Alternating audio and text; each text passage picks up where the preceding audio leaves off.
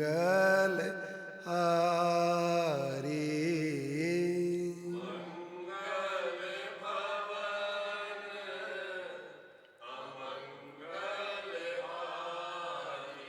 द्रवहु सुदशरथ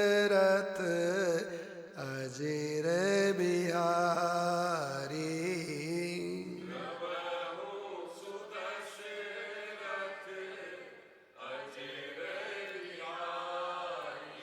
जेहि विधिनाथ होई हित मोरा।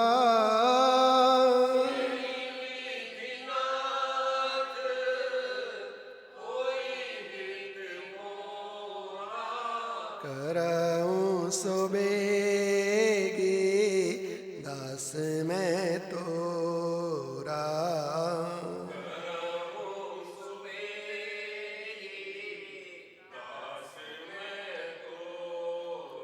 राम सिया राम सिया राम राम सिया राम सिया राम राम सिया राम सिया राम सिया राम राम सिया राम सिया राम सिया राम राम सिया राम सिया राम सिया राम सिया राम सिया राम राम सिया राम जय जय राम सिया राम राम सिया राम जय जय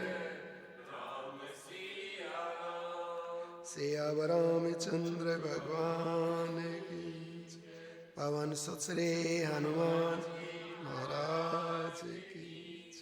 सभी साधु संतों की।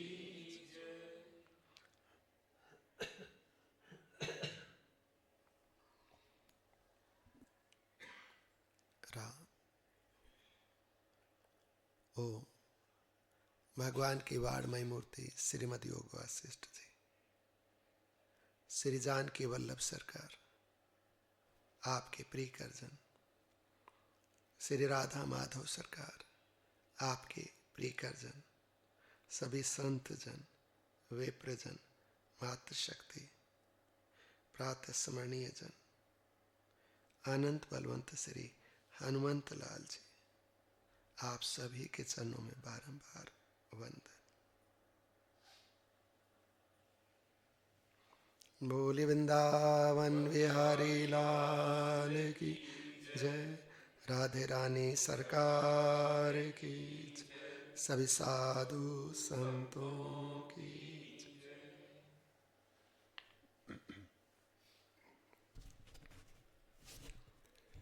श्रीमद् योग वासिष्ठ ग्रंथ के अंतर्गत निर्वाण प्रकरण के उत्तरार्ध में हम विपश्चितोपाख्यान श्रवण कर रहे हैं। इस क्रम के अंदर मुनि और व्याध का प्रसंग चल रहा है। भगवान श्री वशिष्ठ जी महाराज कहते हैं, गोविंद गोविंद गोविंद गोविंद नारायण।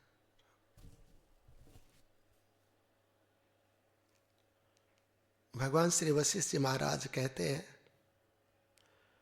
उधर चिरकाल तक तपस्या, व्याध चिरकाल तक तपस्या करता रहा। जब सैकड़ों युग बीत गए तब उसकी कामना पूर्ण करने के लिए पद्मयोनि भगवान ब्रह्मा वहां आए। बेचारा व्याध अपनी वासना के आवेश का निवारण करने में समर्थ न हो सका। अतः मुनि द्वारा पहले ही बताई हुई अपने वर की व्यर्थता को जानते हुए भी उसने ब्रह्मा जी से वही वर मांगा। तब ब्रह्मा जी एवं अस्तु, ऐसा ही हो, यो कहकर अपनी अभिष्ट दिशा को चले गए। बोल वृंदावन बिहारी लाल की, राधे रानी सरकार की, सभी साधु संतों की नारायण। मुनि ने और व्याध ने चिरकाल तक तपस्या की। मुनि परम पद को प्राप्त हो गए और व्याध चिरकाल तक तप करता रहा। भगवान वशिष्ठ जी ऐसा कह रहे हैं कि अनेकों युग बीत गए, सैकड़ों युग बीत गए, तब ब्रह्मा जी प्रकट हुए। जैसा कि हम कथा को अपने जीवन से जोड़कर सुनते हैं, तो यहाँ ये बात सुनने पर ऐसा लगता है कि अब हमें सैकड़ों वर्ष या सैकड़ों युग तप करना है, और जब सैकड़ों युग बीत जाएंगे तप करते करते, तब ब्रह्मा जी का दर्शन होगा।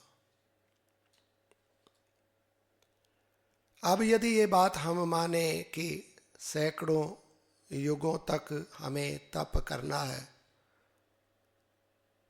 ये मानकर भी यदि हम साधना में लगे रहें, वो भी अच्छी बात है।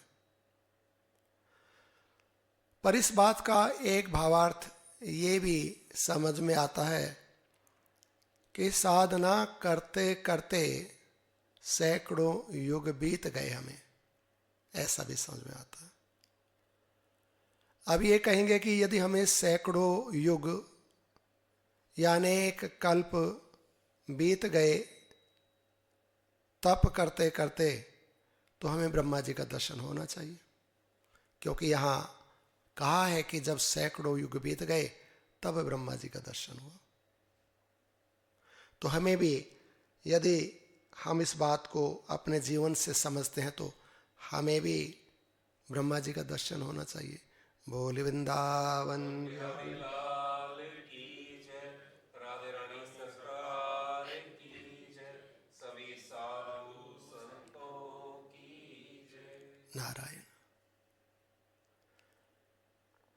यदि हम विचार करें कि क्या हमें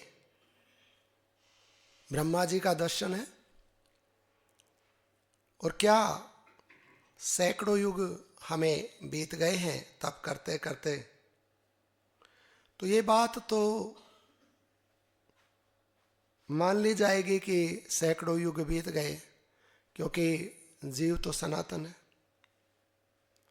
और सैकड़ों युग क्या, सैकड़ों कल्प भी बीत गए हों जीव को,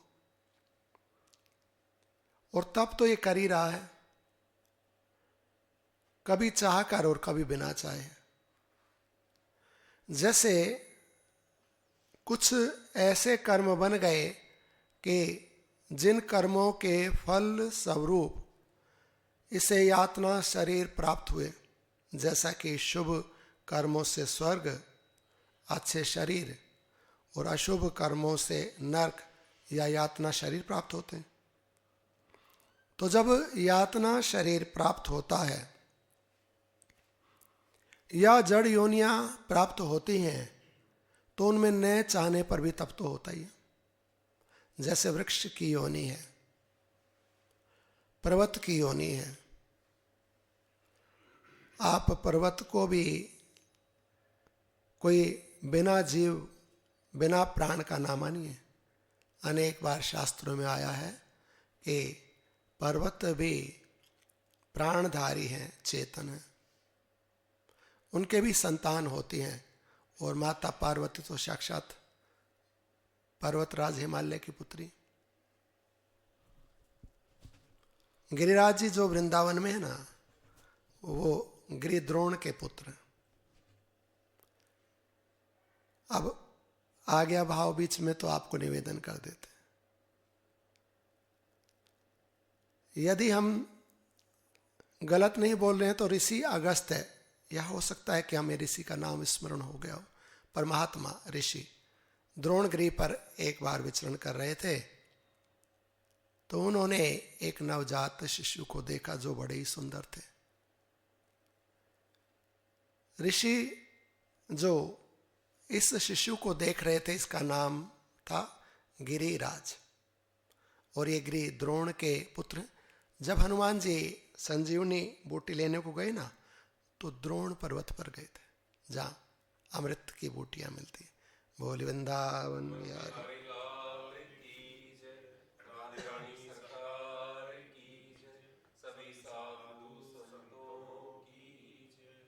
नारायण।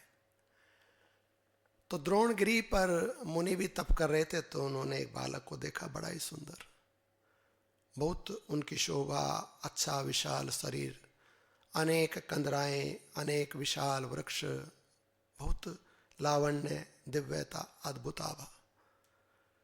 तो मुनि कहने लगे गिरिद्रोण से कि गिरिराज, गिरिदेव, आप अपने पुत्र को मुझे दे दीजिए। आप क्या करेंगे महाराज?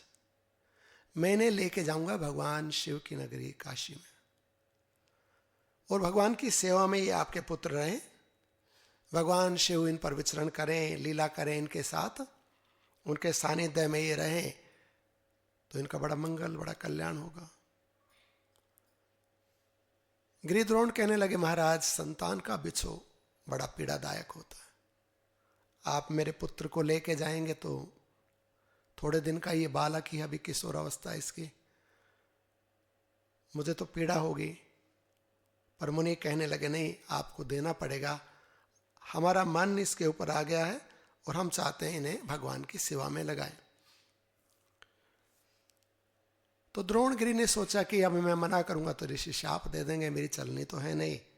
कहने लगे तो फिर आप मेरे पुत्र से ही पूछ लीजिए, यदि ये जाना चाहें, भगवान की सेवा में रहना चाहें तो ठीक है, ऋषियों के संग से या ऋषियों की इच्छा से तो कल्याण ही होता है। पूछा गिरिराज जी से कि बेटा गिरिराज, तुम मेरे साथ चलोगे?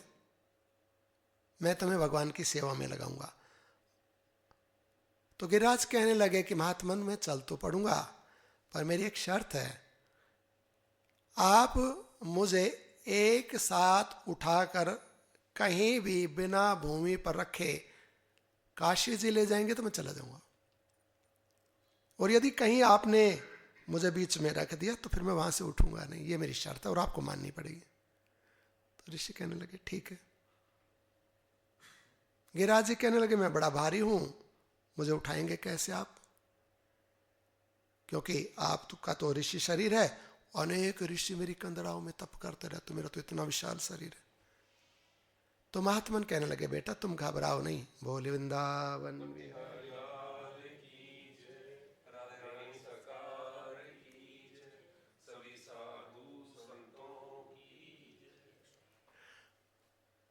ऋषि कहने लगे कि तुम घबराओ नहीं, तुम मेरे शरीर को मत देखो, मेरे तप को देखो, मैं अपने तप के बल से तुम्हें धारण कर लूं।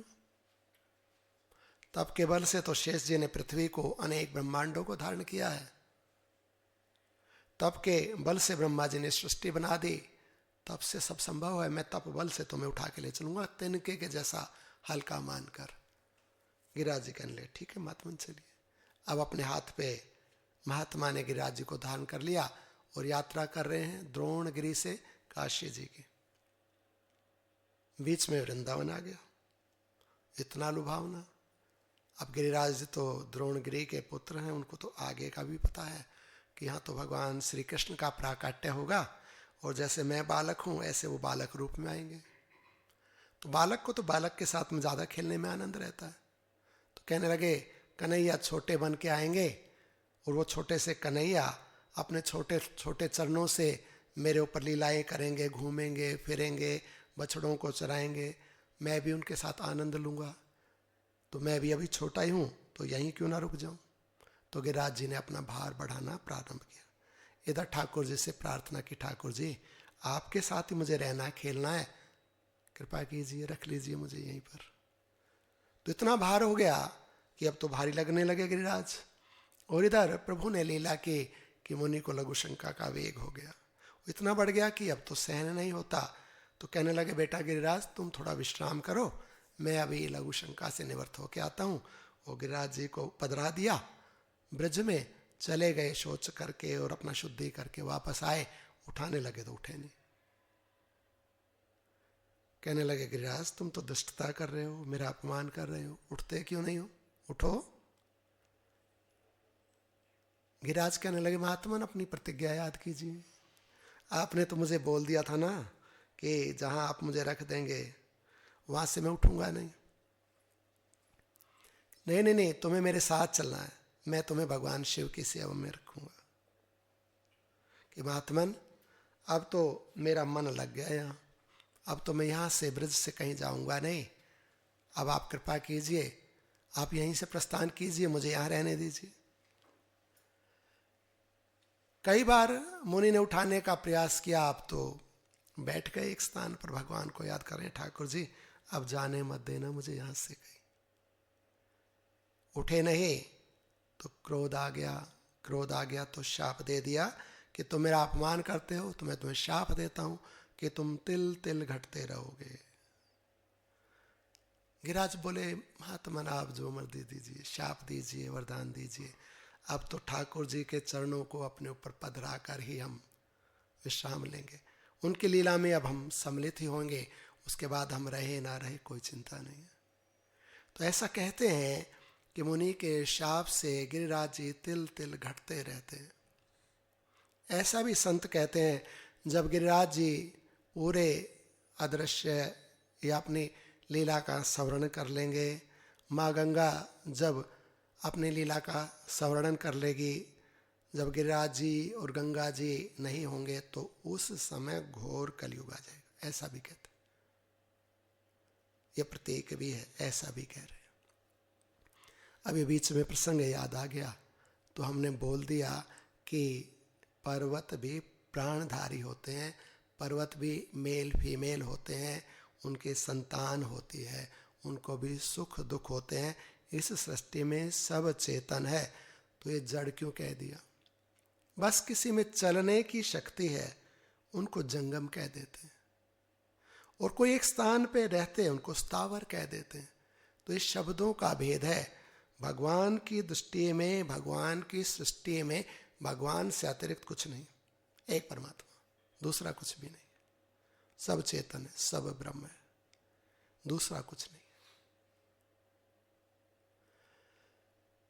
यहां कह रहे हैं कि मुनि तो अपने धाम को चले गए और व्याध ने चिरकाल तक तप किया, और तप किया तब ब्रह्मा जी का दर्शन हुआ। तो हमने भी अनेक जन्म धारण किए, कभी हम वृक्ष बन गए होंगे, कभी पर्वत बन गए होंगे, कभी किसी और योनि में रहे होंगे, कभी धूप, कभी सर्दी, और कहीं आपत्ति विपत्ति, पशु पक्षी बन के कभी भूख सहन करी होगी, तो सब तप तो बना ही होगा। अनेक युग बीत गए होंगे ऐसे तप करते करते, और जब अनेक युग बीत जाते हैं तप करते करते, तब तो परमात्मा का दर्शन होता है। ये नियम है, क्योंकि जो तप करेगा उसको भगवान मिलेंगे। अनेक बार कहा गया कि व्याध हम हैं, कथा हमारी है, तो तप भी हमने किया, तो तब हमने किया तो ब्रह्मा जी का दर्शन भी हमें होना चाहिए। तो आप कोई कहे कि बताओ ब्रह्मा जी कहाँ हैं? अगर हम व्याध हैं, हमने मुनि का, संत का संग किया है, हम तपस्वी हो गए, हमने अनेक जन्मों या अनेक काल तक तप किया है, तो उसके तप के परिणाम स्वरूप ब्रह्मा जी का दर्शन होना चाहिए, हमें भी वरदान मिलना चाहिए। तो हमें भी दर्शन हो, हमें भी वरदान मिले। अब यदि तप पूरा हो गया है, नहीं हुआ है तो आगे होगा, फिर होगा, पर अगला क्या जन्म होगा, आगे क्या स्मृति रहेगी उसकी कौन जाने। कथा तो अपनी है, तो अभी दर्शन होना चाहिए ब्रह्मा जी का। तो प्रयास करते हैं ब्रह्मा जी का दर्शन हो जाए और वरदान भी प्राप्त हो जाए, प्रयास करते हैं। ब्रह्मा जी का दर्शन करने के लिए ब्रह्मा जी के स्वरूप को जानते हैं। सर्वप्रथम परमपिता है ना, प्रजापति हैं, आदि पिता है, उनसे हम बने हैं ना, हमारे मालिक स्वामी गुरु पिता है, माँ पिता एक ही है दोनों। तो हम ऐसे माता पिता स्वरूप ब्रह्मा जी को प्रणाम करते हैं। जिन्होंने ज्ञान दिया उन गुरु स्वरूप ब्रह्मा जी को प्रणाम करते हैं। उन्होंने सृष्टि को रचना किया, बनाया, हमें भी बनाया। हम उन सृजनकर्ता को प्रणाम करते हैं कि वो ऐसी कृपा करें कि उनका दर्शन हमें मिल जाए, उनकी कृपा, उनका वरदान हमें मिल जाए। उसके लिए उनके चरणों में प्रणाम करते हैं। नारायण। तो ब्रह्मा जी को देखने के लिए ब्रह्मा जी के रूप पे हम विचार करते हैं। रूप यदि दृष्टि में आ गया तो दर्शन हो जाएगा। ब्रह्मा जी के 4 मुख हैं, 4 भुजाएं हैं। बड़ा सुंदर रूप, बड़ा सुंदर पूरा विग्रह ब्रह्मा जी का है। और पद्मासीन है, कमल के ऊपर बैठे हुए ब्रह्मा जी। ये सब रूप है ब्रह्मा जी का। तो 4 सुंदर मुख हैं। हम जब फोटो में देखते हैं ना तो उनमें ब्रह्मा जी को बूढ़े दिखाते हैं, वृद्ध दिखाते हैं। तो जिन्होंने बना दिया, वृद्ध करके दिखा दिया, वो भी ठीक है। उन्होंने इस भाव से दिखा दिया कि हम सब में बड़े वही हैं, प्रथम पुरुष वही है। यदि जो साकार रूप धारण किया तो वो ब्रह्मा जी हैं पहले नारायण की सृष्टि में। तो सबसे वयोवृद्ध होने से उनको वृद्ध कह दिया, पर वृद्ध नहीं है, युवा है। अभी 51वां साल ब्रह्मा जी का चल रहा है। कल्प के हिसाब से जब हम गणना करते हैं ना तो 51वां साल चल रहा है। तो अभी तो मानो आधी आयु हुई है, आधी शेष ब्रह्मा जी की। तो वृद्ध नहीं है, पर हम जिस भी भाव से उनका दर्शन करें, हम उनके रूप को अपने हृदय में स्थापित करते हैं, उनके रूप का दर्शन झांकी करने का प्रयास करते हैं। बड़े ही सुंदर किरीटधारी भगवान ब्रह्मा जी के 4 मुख हैं, 4 भुजाएं, बड़ी सुंदर। अब जो 4 मुख हैं ब्रह्मा जी के, दर्शन करें आप। वो 4 मुख क्या हैं? मानो जो हमारे 4 आश्रम आप कहिए, क्योंकि व्यक्ति जो ब्रह्मचारी है, गृहस्थ है, वानप्रस्थ है या सन्यासी है, वो विचार से जैसा विचार है वैसा व्यक्ति है। और विचार मस्तिष्क के अंदर पैदा होता है। तो हम किस आश्रम में? 4 ही आश्रम ब्रह्मा जी में, 4 ही आश्रम ब्रह्मा जी की बनाई हुई सृष्टि में है। अर्थात ब्रह्मा जी में है तो 4 ही मुख ब्रह्मा जी के। 4 पुरुषार्थ हैं, धर्म, अर्थ, काम और मोक्ष। 4 पुरुषार्थ। 3 गुण हैं, सत, रज और तम। एक चौथी अवस्था है, उनको भी गुण कहते हैं, पर उनका नाम है निर्गुण। एक चौथी अवस्था है। तो 3 गुणों के बाद में एक चौथी अवस्था, उस अवस्था का नाम है निर्गुण। पहली अवस्था का नाम है तम, पहले गुण का नाम तम है। दूसरे गुण का नाम रज है, तीसरे का सत्व है, और चौथी अवस्था या जो चौथा गुण उसको निर्गुण अवस्था कहते हैं, वो निर्गुण। ये 4 जो ब्रह्मा जी के 4 मुख हैं,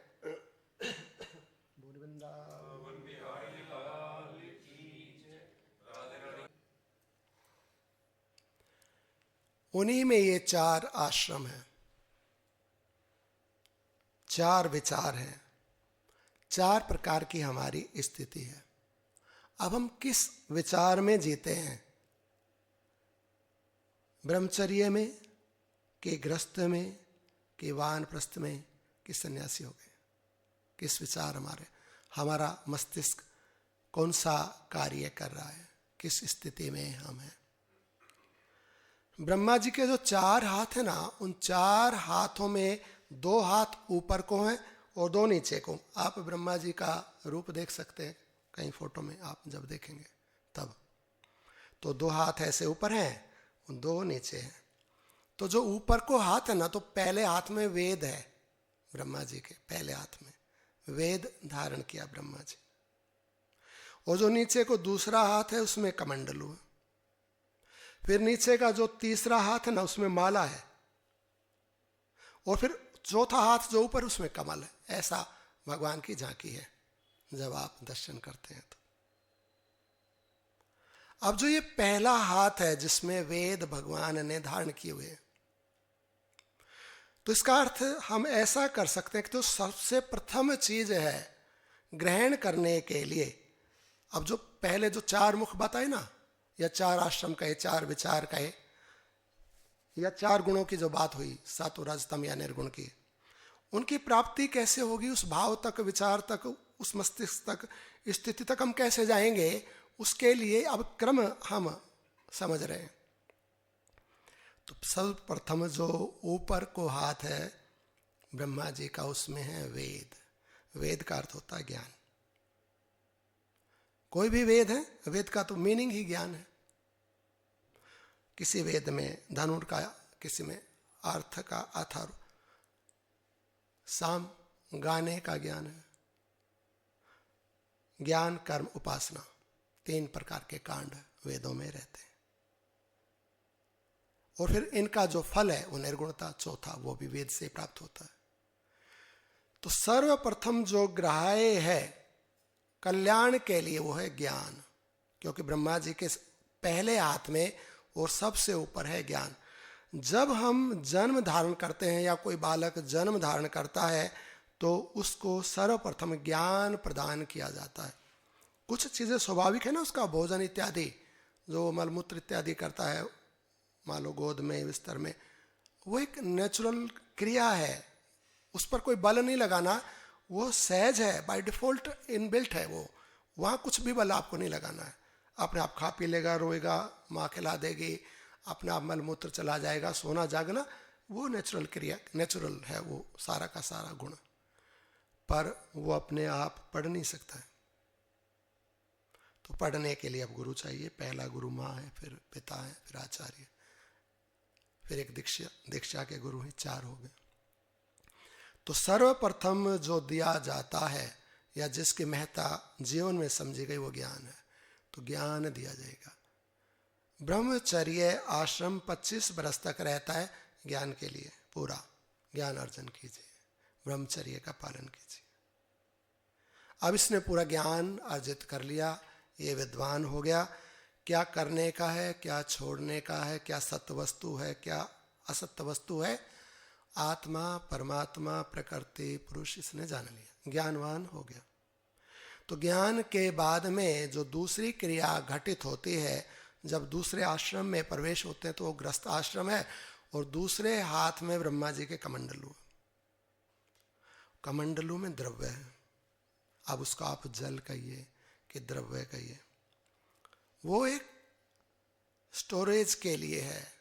कुछ आपने अर्जन किया, चाहे वो ज्ञान अर्जन किया, चाहे आप द्रव्य पदार्थ जो भी आप इकट्ठा करते हैं ना, तो उसको रखने का पात्र है कमंडलू, वही ब्रह्मा जी के दूसरे हाथ में। तो वहाँ आप अपने चीज़ों को, पदार्थ को रखिए। गृहस्थ आश्रम में है ना, तो अब द्रव्य चाहिए, तो ब्रह्मा जी ने कमंडलू धारण कर लिया। अब जब आवश्यकता हो तो उसमें से द्रव्य निकाल लिया जाता है, जल इत्यादि पी लिया जाता है, और फिर उसमें द्रव्य डाल दिया जाता है। तो उसमें से निकालना, डालना, ये गृहस्थ आश्रम के लिए पदार्थ का ये आवश्यक अंग माना गया। इसके बिना जीवन का संपादन ठीक से नहीं होगा। तो ये दूसरा, तो दूसरे चरण में क्या करना चाहिए, अर्थ उपार्जन करे, स्वास्थ्य उपार्जन करे, या जो अच्छा इसकी प्रतिष्ठा है, जो भी अच्छे कार्य हैं, जिन जिन को धन की संज्ञा दी ना, तो वो धन गृहस्थ आश्रम में रहकर इकट्ठा कर ले। अब तीसरा हाथ है नीचे को ब्रह्मा जी का, तीसरे हाथ में माला है भगवान के, ऐसे माला जपते रहते। माला के 2 कार्य हैं। एक तो माला सततता को इंगित करती है, संकेत करती है, कॉन्टिन्यूसली, जो लगातार, सतत, उसका प्रमाण है माला। एंड नहीं है माला में, आप चलाते रहिए। तो सतत क्रिया का जो संकेत है वो माला है, एक बात है। और दूसरे, माला पे परमात्मा का नाम जपते हैं तो माला भजन का प्रतीक है, सततता का प्रतीक है और भजन का प्रतीक है माला। तो अब तीसरी अवस्था में आ गए हम, वानप्रस्थ में। और जब हम वानप्रस्थ में आ गए तो कहते हैं भैया देखो, अब आपने खूब ज्ञान अर्जन किया ना, पहले वेद पढ़ा, ज्ञान अर्जन किया, फिर आप गृहस्थाश्रम में रहे तो आपने संतान रूपी धन पाया कि शांति, जो भी आपने प्रतिष्ठा रूपी या रुपया, ये जितने भी धन है ना, वो आपने खूब इकट्ठे किए, बहुत अच्छा कर्म ठीक चल रहा है। तो अब आप वानप्रस्थ हैं जी। अब वानप्रस्थी है ना, तो ये नहीं है कि मैंने वेद पढ़ लिया, खूब धन मिल गया, शांति, संतोष, संतान, प्रतिष्ठा, मान सब है, अधिक की आवश्यकता नहीं है। अब क्यों करूं भजन, अब क्यों करूं कार्य, अब क्यों और अध्ययन, क्यों सत्संग हो, तो ना, अब फिर करना है। माला चलती रहनी चाहिए, कर्म होता रहना चाहिए, पर कैसा? भजन स्वरूप। तो भजन किसको कहते हैं सही में? जो निष्काम, जहां कामना नहीं है, बस परमात्मा की प्रसन्नता के लिए, अपनी प्रसन्नता के लिए, आत्म कल्याण के लिए। तो अब इसके आगे का जो जीवन हो 50 बरस के बाद का, वो सतत चलता तो रहे, पर उसमें जो भी कार्य हो परमात्मा से जुड़ के हो, पूरा परमात्मा से जुड़ के। जैसे माला चल रही है ना, तो कर्म हो भी रहा है, परमात्मा से भी जुड़ा हुआ है। नाम चल रहा है ना जी, तो जुड़ा हुआ है, वो कर्म भी घटित हो रहा है। हाथ चलाना भी तो कर्म है, क्रिया है। तो ये अब इतना पक गया, मैच्योरिटी आ गई, अब कर्म करता जा रहा है, इतना ट्रेंड एक्सपर्ट हो गया, कर्म करता जा रहा है, भगवान से जुड़ा हुआ, भगवान से जुड़ के बोलता है, भगवान से जुड़ के सुनता है, भगवान से जुड़ के बैठा है, भगवान से जुड़ के सब अनुभव ले रहा है, भोजन का अनुभव कर रहा है भगवान से जुड़ के, घर के कार्य कर रहा है भगवान से जुड़ के, अपना व्यापार व्यवहार कर रहा है भगवान से जुड़ के। तो सतता, ये माला का चलना भी घटित हो रहा है, भगवान से भी जुड़ा हुआ। अब चौथा हाथ ब्रह्मा जी को ऊपर को है, हाथ में कमल लिए, ये सन्यास है। और कमल शांति का प्रतीक है, पूर्णता का प्रतीक है, सुंदरता का प्रतीक है, सुगंधि का प्रतीक है। कमल आ गया चौथे हाथ में ऊपर। बोले वृंदावन विहारी लाल।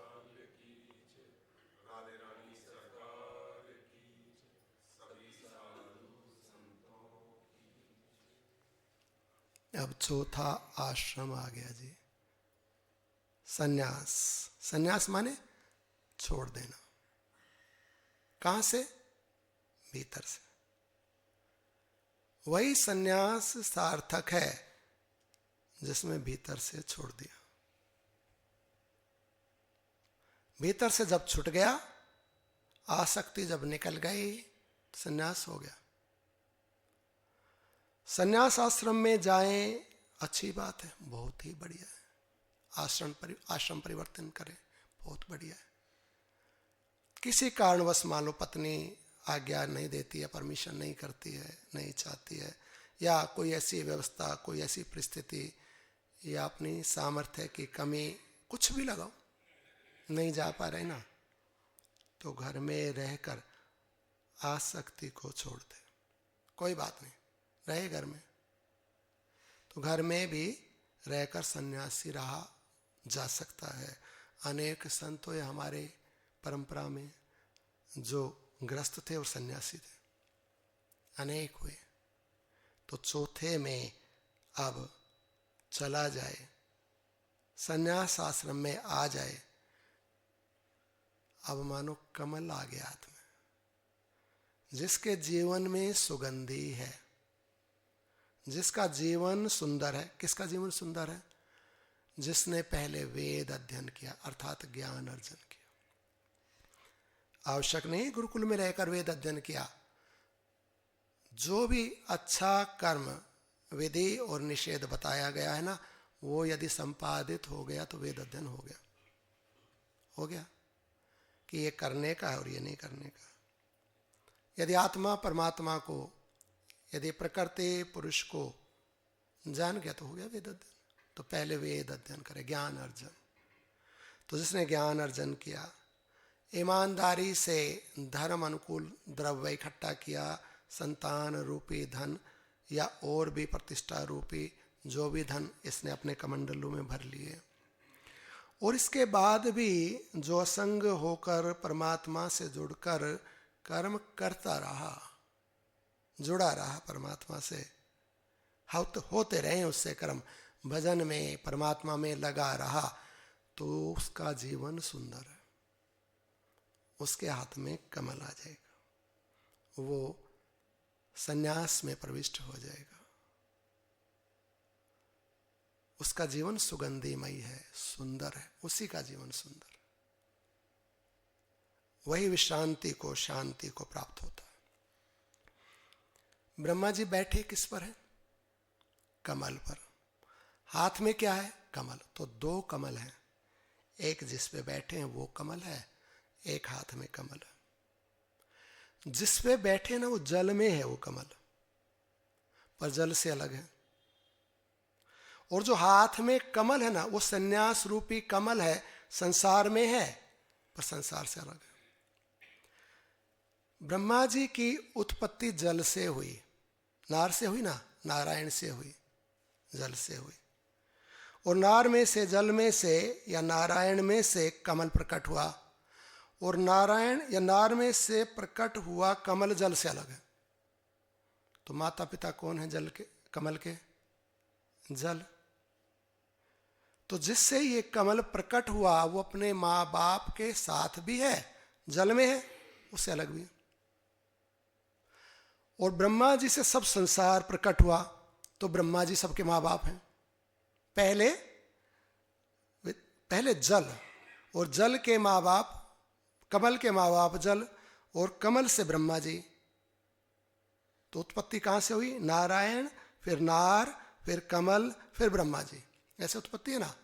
और उन्होंने क्या किया? उन्होंने भी कंप्लीटनेस करके, पूरा होके, ये क्रम पूरा करके ज्ञान का तप किया ना पहले ब्रह्मा जी ने। फिर वो ज्ञान रूपी धन उनके कमंडलू में आ गया ना, वो सतत वो लगे रहते ना, जप में भगवान से जुड़े रहते हैं, तो हाथ में कमल आ गया, चौथा अंग या चौथा जो चरण है। तो हाथ में कमल है, अर्थात ब्रह्मा जी सबके माता पिता हैं, पर सबसे अलग है। जो जिस कमल पे बैठे हैं ना वो अपने माँ बाप से अलग है, और जो कमल उनके हाथ में है जिससे सब संतान पैदा हुई है, वो कमल अपनी संतान से अलग है। दोनों तरफ कमल है पर दोनों अलग है। मानो जिस पे बैठे हैं वो कमल जल में डूब जाए तो जो कमल जल में डूब जाता है ना वो गल जाता, पर ये कमल तो जल से अलग है। और मान लो जो माता पिता संतान में इतने आसक्त हो जाएं कि उनके खराब में भी उनके साथ, तो वो माता पिता रूपी उनका जो कमल है ना वो गल जाएगा। तो जहां भी आसक्ति आएगी, जहां भी ये संसार रूपी जल कमल को आवर्त कर लेगा, डबोलेगा, तो वहां कमल सड़ जाएगा, गल जाएगा, नष्ट हो जाएगा। और जब तक कमल जल से अलग है, चाहे वो माता पिता है चाहे संतान है, तब तक सुंदर दिखता है, सुगंधी देता है, तब तक एक अच्छा आसन है बैठने के लिए। तो हमारा कमल कहाँ है? हम कहाँ बैठे? जीव देह रूपी कमल में बैठा है, हम सुंदर कमल में बैठे। हमारा कमल हमारा शरीर है, हम बैठे। तो वेद हमें मिला, हाँ, ज्ञान माँ बाप ने बचपन से ही दिया, अनेक पड़ोसियों ने दिया, परिस्थितियों ने दिया, परमात्मा ने, संतों ने, गुरुओं ने, शास्त्र ने। मेरे आत्मा में भी ज्ञान रूप है, वो भी प्रकट होकर ज्ञान देती रही, तो ज्ञान मिलता रहा, वेद मिला, ब्रह्मा जी का दर्शन हो रहा है, करते जाइए। फिर खूब पदार्थ भी इकट्ठा किया, कमंडलू हाथ में आया, खूब संतान मिली, प्रतिष्ठा मिली, अच्छी आयु मिली, सब मिला, धन, ऐश्वर्य, सुख सुविधाएं, तो पदार्थ खूब मिला, कमंडलू भरा रहा। अभी नाम भी चल रहा है, माला भी चल रही है, कर्म भी हो रहे हैं, भगवान से भी जुड़े हुए हैं। और जो चतुर्थ आश्रम में चले गए, जिनके हाथ में कमल आ गया, उनको तो प्रणाम हो, तो ब्रह्म रूप है। जो हम जैसे मूवी लगे हुए हैं, तो हम जुड़े रहें। तो ब्रह्मा जी तो हमारे जीवन में है, या यूँ कहें ब्रह्मा जी ही है, बस दूसरा कुछ है ही नहीं। और जिनको ये ज्ञान दृष्टि प्राप्त हो गई, उनको तो ब्रह्मा जी के अतिरिक्त कुछ दिखता ही नहीं है। प्रकट हो गए हैं ब्रह्मा जी उनके जीवन में। अब जब ब्रह्मा जी प्रकट होते हैं ना, तो ब्रह्मा जी का दर्शन अमोघ है। वर जरूर देंगे। तो वर क्या है, हमें कैसा वर चाहिए? तो ब्रह्मा जी कहने लगे, देखो मेरे पास 4 हाथ हैं, 4 मुख हैं और 4 पदार्थ हैं। तुम इनमें से एक पदार्थ ले लो, 2 ले लो, 3 ले लो, चारों ले लो। कौन कौन पदार्थ हैं आपके पास? तो ब्रह्मा जी कहते हैं, देखो मेरे पास धर्म है, वेद है ना। धर्म कहाँ से प्रकट होता है? ज्ञान से। जब हमें ज्ञान ही नहीं होगा तो हम तो अधर्मी हो जाते हैं, कुछ का कुछ खाएंगे, कुछ बोलेंगे, कुछ करेंगे अधर्म में। तो वेद से ज्ञान प्रकट हो जाता है, धर्म प्रकट होता है। तो कहते मेरे पास धर्म है। दूसरा कहते मेरे पास अर्थ है, कमंडलू में भरा है। तुम्हें क्या चाहिए? प्रतिष्ठा, सम्मान, रुपया, लंबी आयु, कोई लोक, ये परलोक, क्या चाहिए? सब है मेरे पास, मांगो क्या चाहिए। तीसरा, तो मेरे पास तो भक्ति भी है, सतता, मैं दे सकता हूँ, तुम्हें भक्ति दूंगा, तुम लगातार भजन करो, परमात्मा से, संसार से जुड़े रहो, तुम्हें दे सकता हूँ, है मेरे पास माला, मैं दे दूंगा तुम्हें। और चौथा तो बाई प्रोडक्ट है, वो तो जो निर्वाण है ना, कमल, ये 3 यदि हमने किए तो चौथा तो अपने आप ही आता है, स्वाभाविक है, वो तो अपने आप आ जाएगा। या हम कह दें कि ब्रह्मा जी मुझे तो मोक्ष दे दो, निर्वाण दे दो, ये कमल दे दो मेरे को, तो ठीक है, वो ऐसा ज्ञान दे देंगे, उसके अनुरूप पदार्थ दे देंगे, व्यवस्था दे देंगे, उसके अनुरूप क्रियाएं होने लगेंगी, निर्वाण हो जाएगा, दे देंगे। चारों वरदान दे सकते हैं। ब्रह्मा जी प्रकट हैं हमारे जीवन में। अब ज्ञान रूप है ब्रह्मा। ब्रह्मा जी का रूप क्या है? ज्ञान। वेद है ना हाथ में, ज्ञान के अधिष्ठाता है, ज्ञान रूप है। जिसको ब्रह्मा जी के स्वरूप का ज्ञान हो गया ना, उनको दर्शन हो रहा है।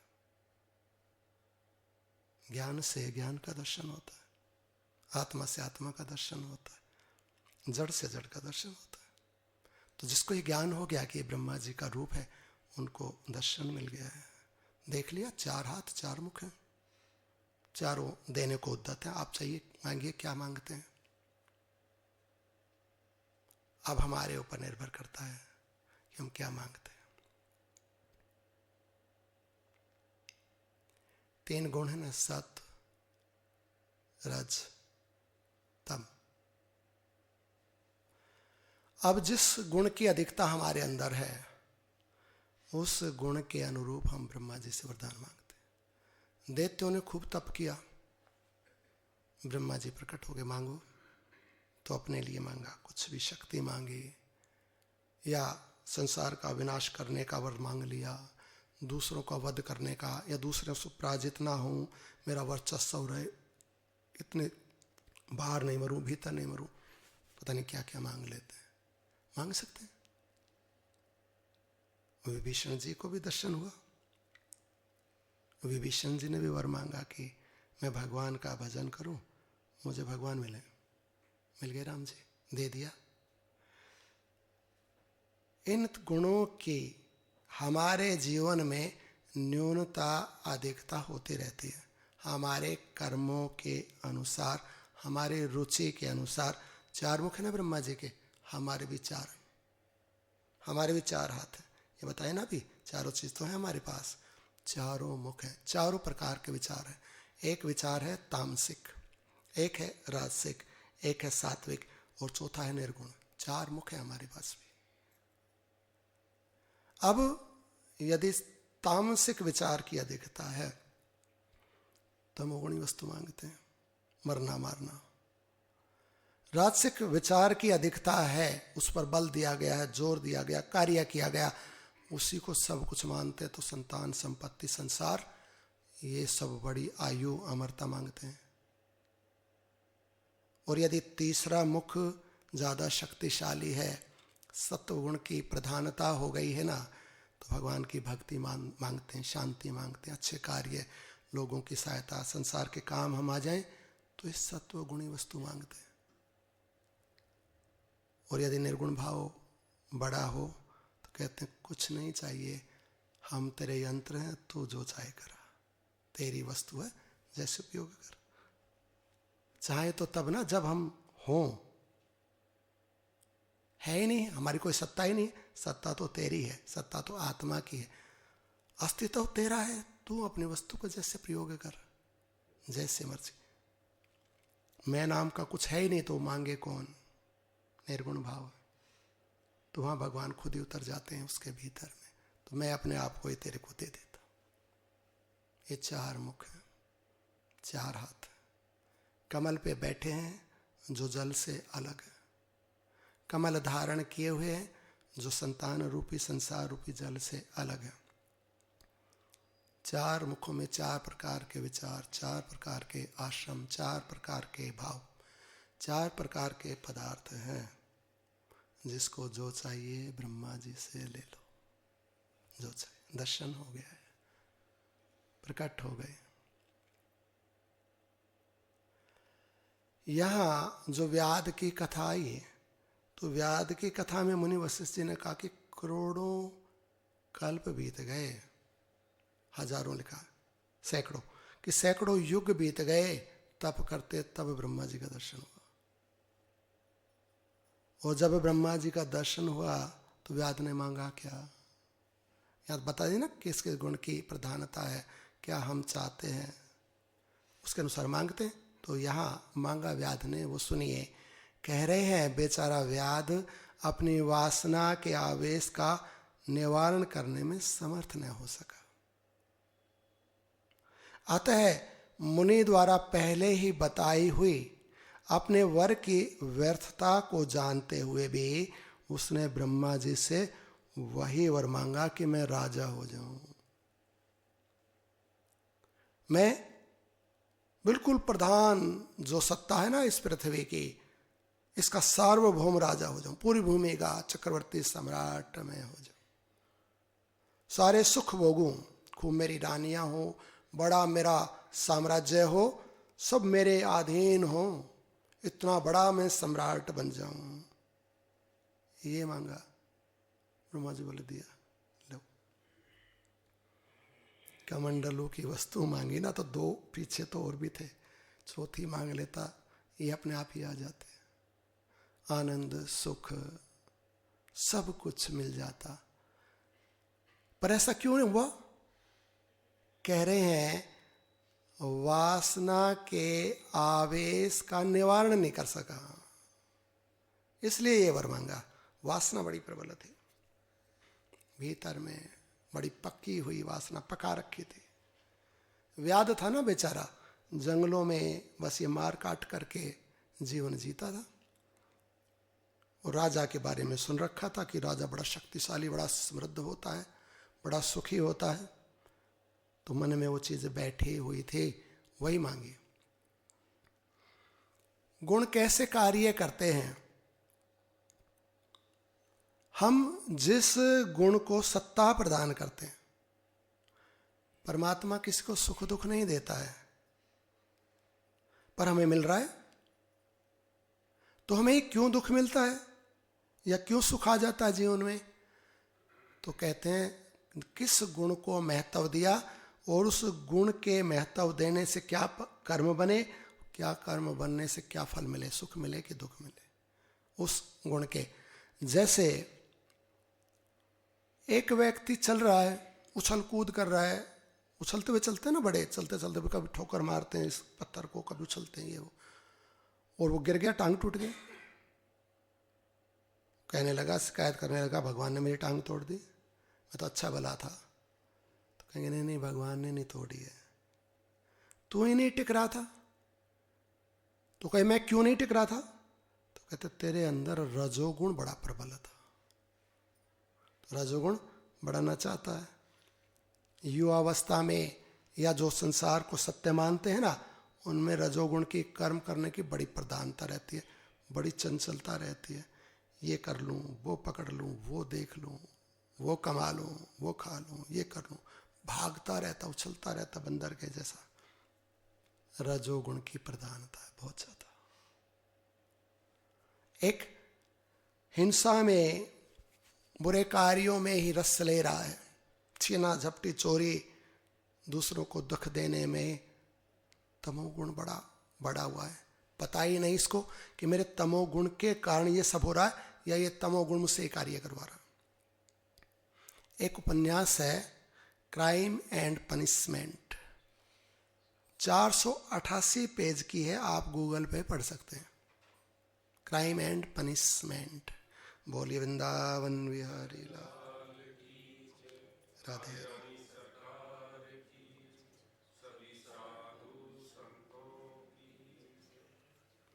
इस उपन्यास का जो पात्र है ना, वो एक युवक है।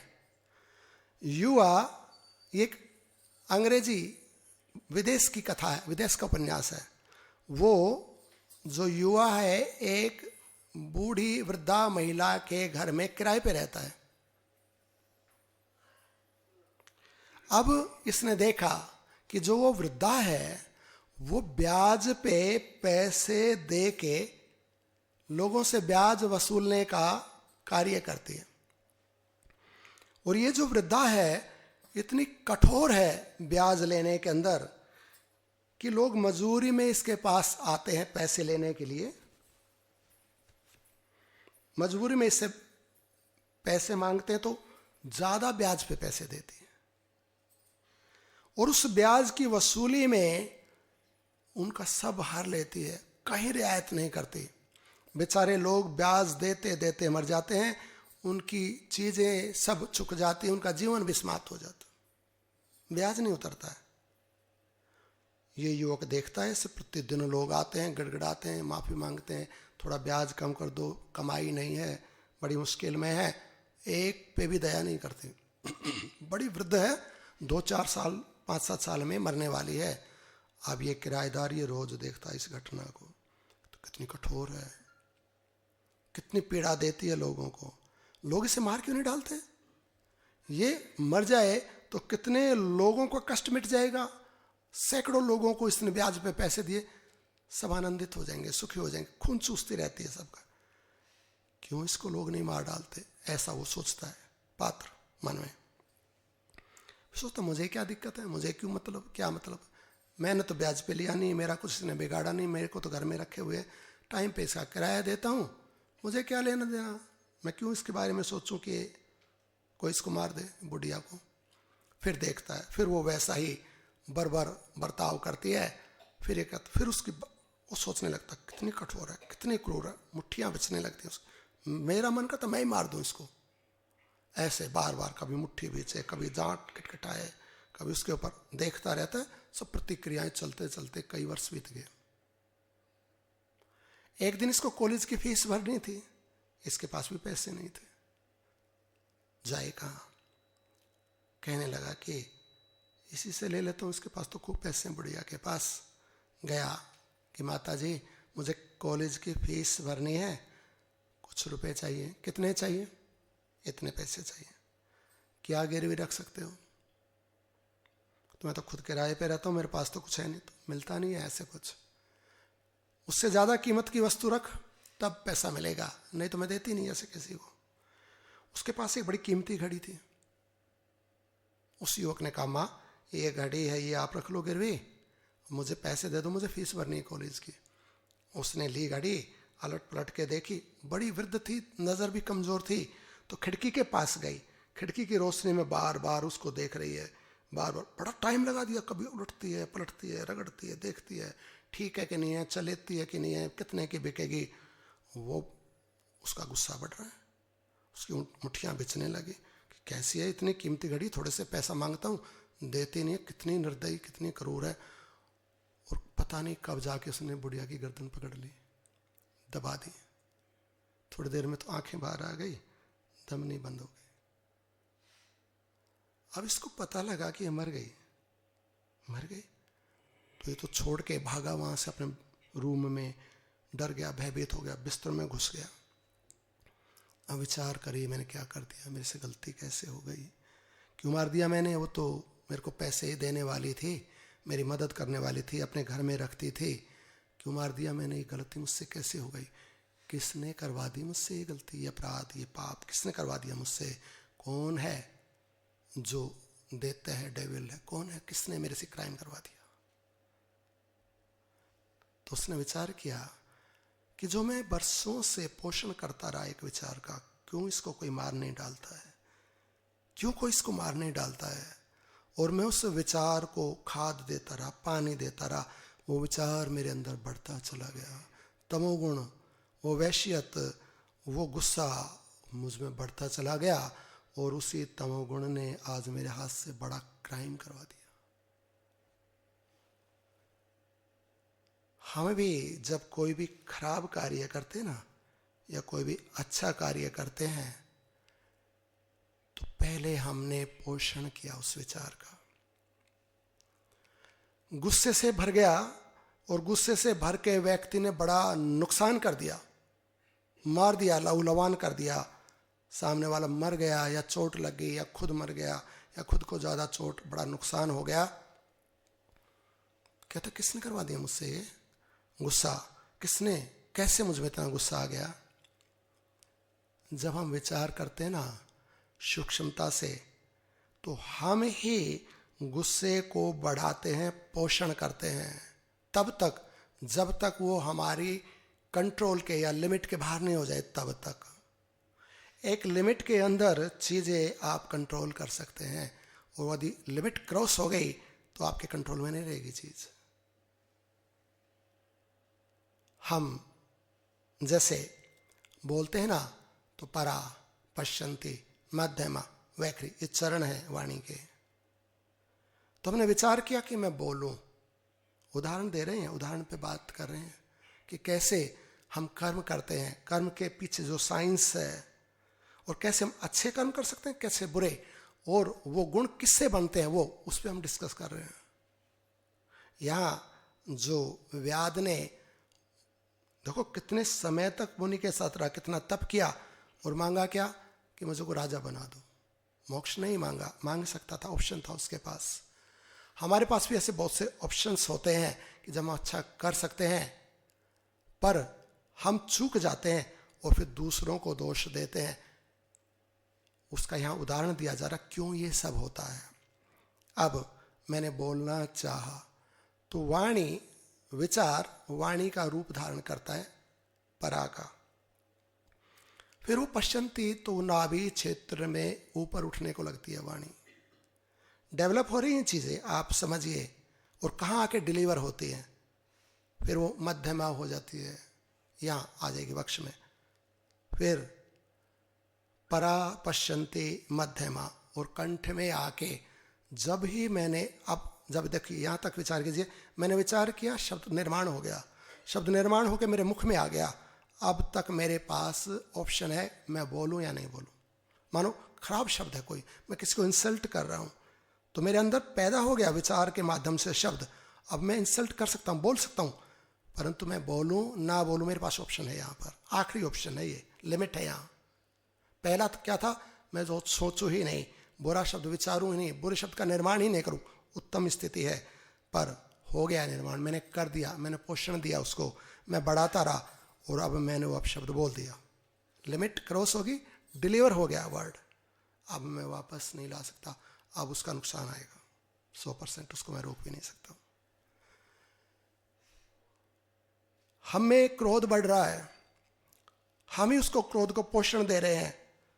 हम अपने आप को ठीक मान रहे हैं, और ठीक मान के उस क्रोध को, हाँ ये क्रोध तो होना चाहिए, इतना तो बनता है, इसको तो धमकाना तो चाहिए, डांटना चाहिए, एक थप्पड़ तो इसको लगना चाहिए। हम ही अपने क्रोध को पोषण दे रहे हैं, और वो क्रोध बढ़ रहा है, धीरे धीरे धीरे धीरे बढ़ के क्रोध एक्शन में आ गया, और हमने एक्शन कर दिया। और फिर हम कहते किसने मेरे से अपराध करवा दिया, किसने करवा दिया अपराध? हमने खुद किया। पहले हमने स्वयं उसका पोषण किया, जिसको हम नहीं करना चाहते थे और अब दूसरे को लाना देते हैं। किसने करवा दिया? अथ केन प्रयुक्तम अथ केन प्रयुक्तेयम। बोल वृंदावन बिहारी लाल की जय, राधे रानी सरकार की जय, सभी साधु संतों की जय। अथ केन प्रयुक्तम पापम चरते पुरुष।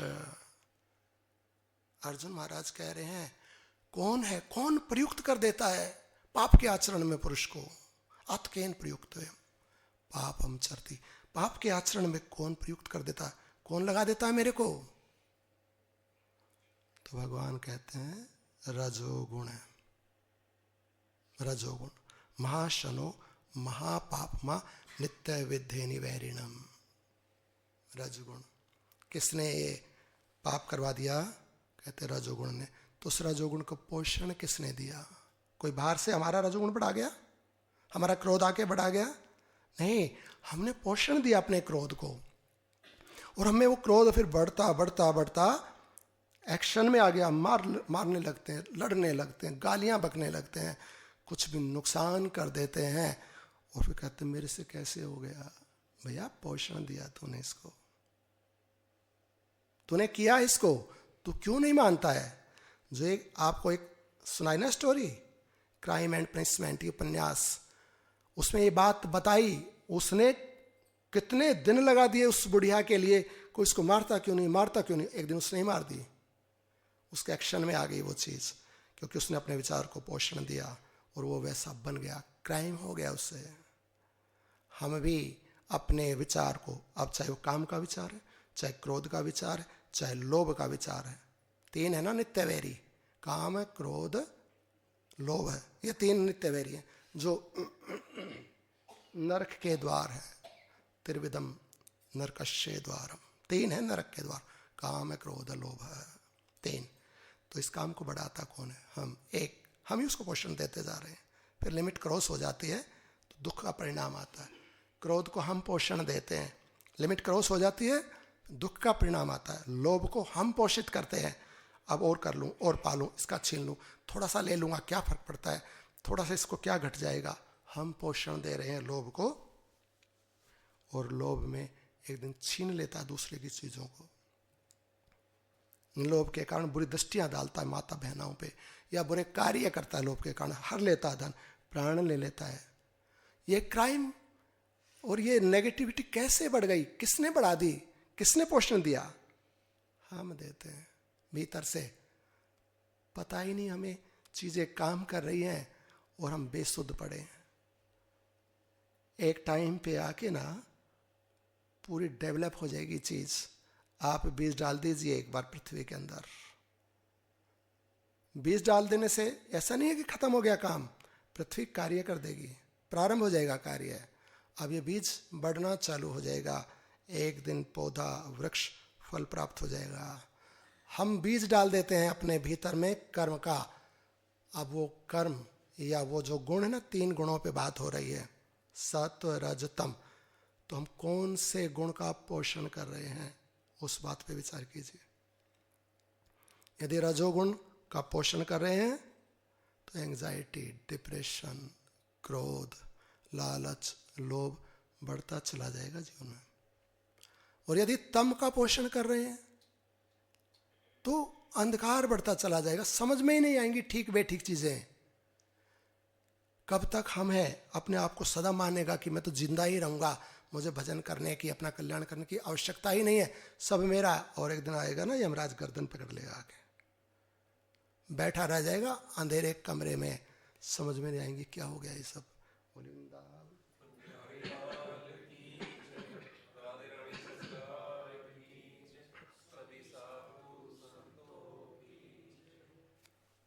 एक है सत्व गुण को पोषण देने वाले, बैठे ना यहाँ कितने। क्या मिल रहा है यहाँ? आप जो सुन रहे हैं उससे हम कोई आपको दूध या दही तो खिला नहीं रहे हैं। ये शास्त्र आपको कोई बढ़िया मेवा मिष्ठान तो देता नहीं है। क्या भर रहा है आपके अंदर? सत्व गुण को पोषित कर रहा है शास्त्र। आप वेद को महत्व दे रहे हैं, ज्ञान को महत्व दे रहे हैं, तब तो सभा में बैठे हैं, सुन रहे हैं, तब तो क्लैरिटी आ रही है, तब तो मैकेनिज्म या सिस्टम समझ में आ रहा ना कि कैसे चीज़ें बनती हैं, कैसे परिणाम घटित होते हैं, तब तो पता लगता है ना। और फिर उसके अनुरूप फिर द्रव्य इकट्ठा होता है जीवन में। अब ये सात्विक है, राजसिक है कि तामसिक है, और उसके अनुरूप फिर माला चलती है, या रुक जाएगी या माला फेंक देगा, वापस गति हो जाएगी वहीं से, फिर वापस हो जाएगा, फिर जन्म मृत्यु की परंपरा में आ जाएगा। पर हम आगे के चक्र की बात कर रहे हैं, ब्रह्मा जी के दर्शन की बात कर रहे हैं, और ब्रह्मा जी से हमें भी वरदान मिले उसका हम प्रयास, चेष्टा, ये सब चल रहा है। अब हम जान गए हैं कि मेरे क्रोध को मैंने पोषित किया, और एक लिमिट थी जहाँ तक मैं उसको रोक सकता था, पर मैंने लिमिट लगाई नहीं, क्रोध प्रकट हो गया, परिणाम घटित हुआ हानिकारक। मेरे अंदर लोभ पैदा हुआ क्योंकि मैं बहुत रजोगुणी था, और मैं उसको पोषण देता रहा, रजोगुण बढ़ाता रहा, और मेरा लोभ बढ़ता रहा। अब इतना, ये संतान, ये पोता, ये पोती, अब ये कभी भगवान को याद ही नहीं किया, जुड़ा ही नहीं, समय ही नहीं दिया अपने आप को। एक है जो सत्व गुण को पोषण दे रहे हैं, जिनकी माला भी चल रही है, कर्म भी हो रहे हैं, परमात्मा को भी याद करते हैं, सत्व गुण का पोषण हो रहा है। आप उनके जीवन को देखिए, उनकी शैली कार्य करने की, उनके शरीर को, उनके भावों को, उनकी आकृति को देखिए तो आपको भी शीतलता, सहजता हमें मिलता है। जब हम संतों से मिलते हैं ना, संत कितना कार्य करते हैं, हमसे ज़्यादा कार्य करते हैं, वो परमात्मा से जुड़े हुए। बस एक बार दर्शन ही हो जाए ना, स्मृति आ जाए संत की, स्मृति में ही शांति मिलती है। स्मृति आगे किसी भी संत को आप याद करके देख लो, अभी भी याद करते ही एकदम शांति आएगी। और यदि उनसे बात हो जाए तो, मिलना हो जाए तो क्या नहीं, क्या है, क्या बढ़ा हुआ उनमें, सत्व गुण। कैसे बढ़ गया, पोषण दिया उन्होंने सत्व गुण को। हम में क्रोध कैसे बढ़ जाता है, पोषण देते हैं रजोगुण को। अब 3 की बात हुई, ट्रायंगल की बात करते हैं, सत्व रजतम, एक ट्रायंगल है। आप इसकी एक भुजा को बड़ी कर सकते हैं, दूसरी को बहुत छोटी कर सकते हैं, तीसरी को आप किसी भी और आकार की, अब इसको बड़ी, इसको छोटी, इसको, या आप इसको सम कर सकते हैं, एक जैसा ट्रायंगल।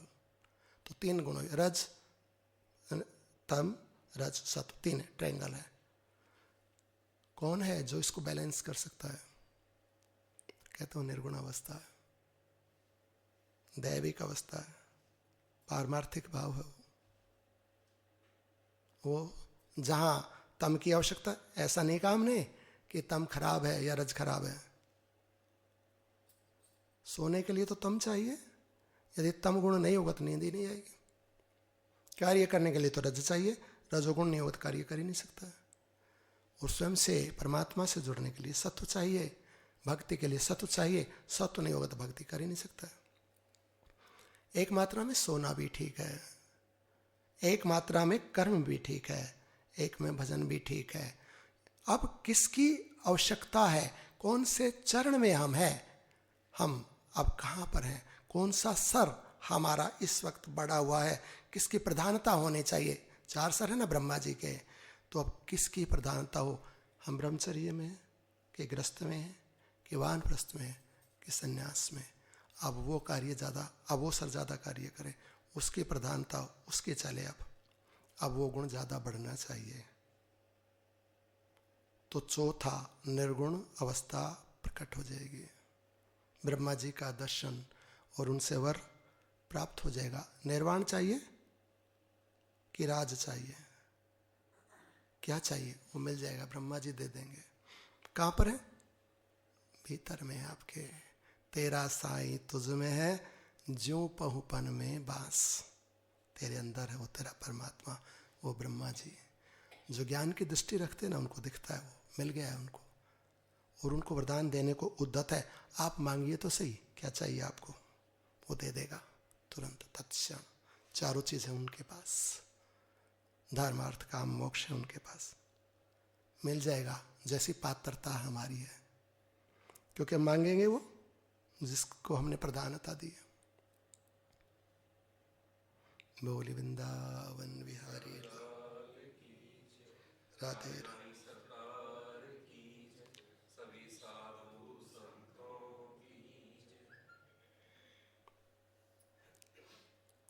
व्याध ने राजा का जन्म मांगा, वो ब्रह्मा जी वरदान दे के चले गए। ऐसा ही हो एवमस्तु यो कहकर अपनी अभिष्ट दिशा को चले गए। वे व्याध अपनी तपस्या का फल भोगने के लिए पक्षी की तरह आकाश में उड़ चला और गरुड़ के समान महान वेग से ऊपर नीचे टेढ़ी मेढ़ी उड़ाने भरता हुआ आकाश को पूर्ण सा करने लगा। यो करते हुए उसका बहुत समय बीत गया, बहुत समय बीत गया।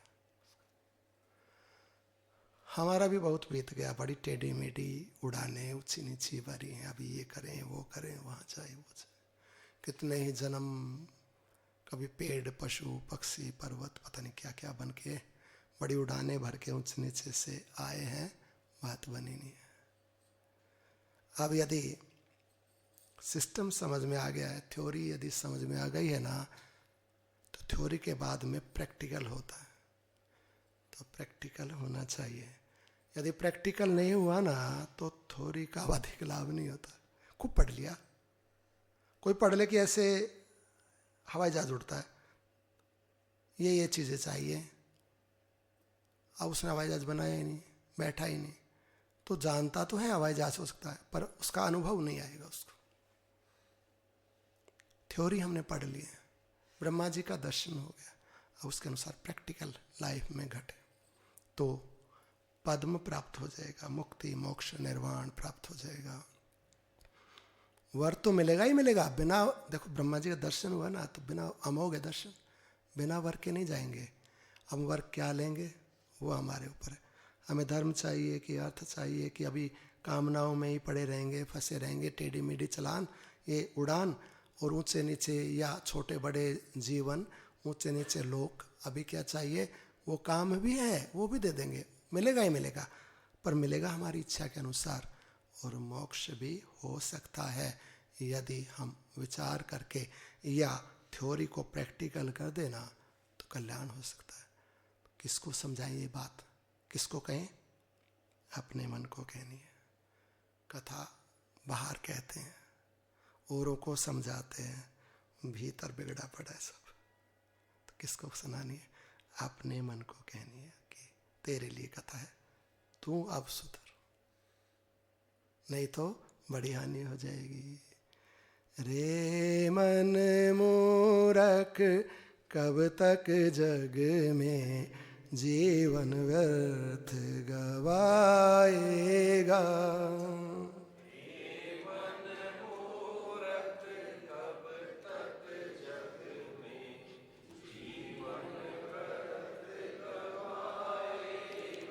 राम नाम नहीं गाएगा तो अंत समय पछताएगा।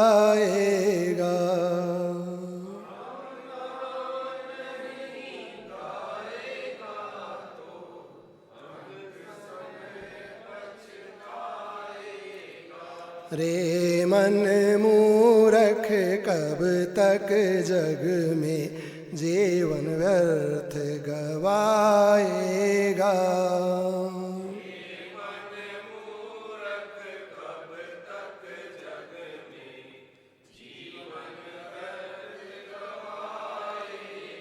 जप ले राम राम राम, जप ले राम राम राम, जप ले राम राम राम, जप ले राम राम राम।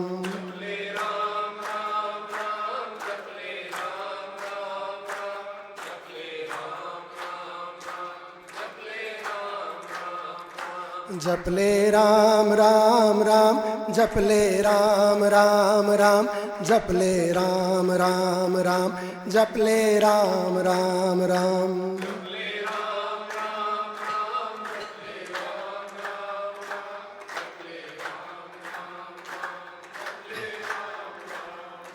लेकिन यह भी याद रहे सांसों का पास खजाना है।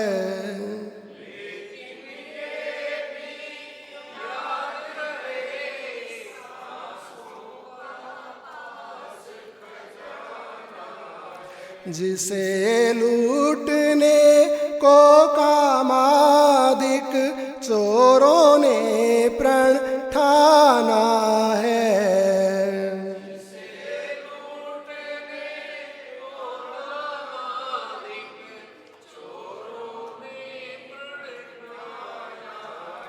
माल लुटा बैठा तो घर जाकर क्या मुख दिखलाएगा।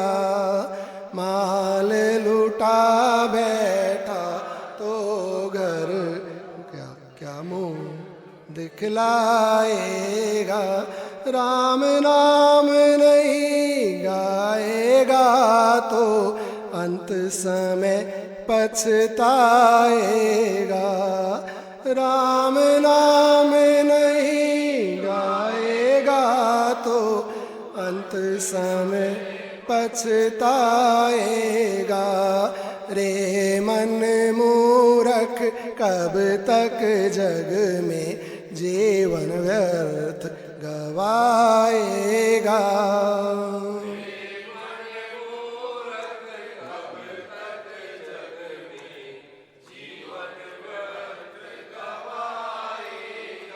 राजा राम राम राम राजा राम राम राम राजा राम राम राम राजा राम राम राम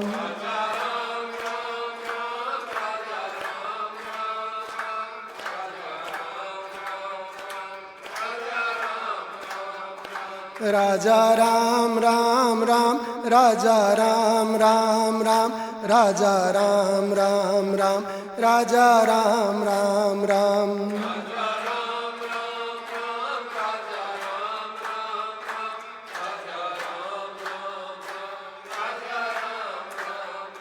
झूठी दुनियादारी से क्या आशा मोक्ष के फल की है।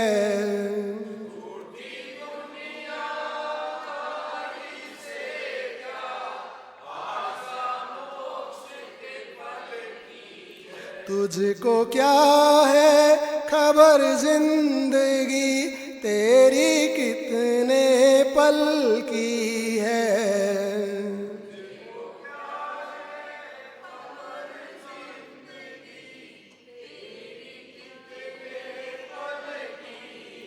यम के दूत पकड़ जब लेंगे फिर क्या धर्म कमाएगा। यम के दूत पकड़ जब लेंगे फिर क्या धर्म कमाएगा। राम नाम नहीं गाएगा तो अंत समय पछताएगा। राम नाम नहीं गाएगा तो अंत समय पछताएगा। रे मन मूरख कब तक जग में जीवन व्यर्थ गवाएगा।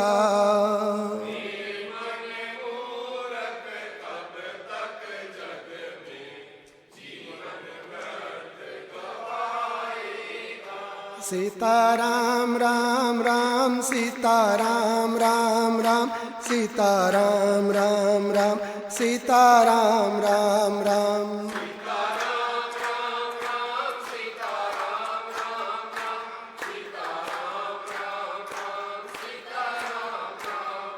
सीताराम राम राम सीताराम राम राम सीताराम राम राम सीताराम राम राम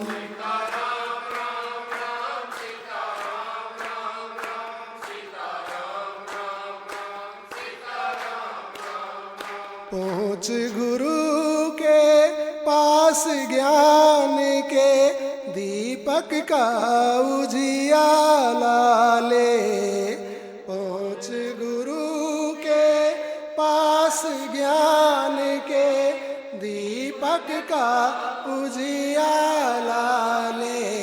कंठी पहन कंठ में जप की कर सुमिरन की माला ले, कंठी पहन कंठ में जप की, कर सुमिरन की माला ले। यह न किया तो आँखों से आंसू के बिंदु बहाएगा, यह न किया तो आँखों से आंसू के बिंदु बहाएगा। राम नाम नहीं गाएगा तो अंत समय पछताएगा। राम नाम नहीं गाएगा तो अंत समय पछताएगा। रे मन मूरख कब तक जग में जीवन व्यर्थ गवाएगा।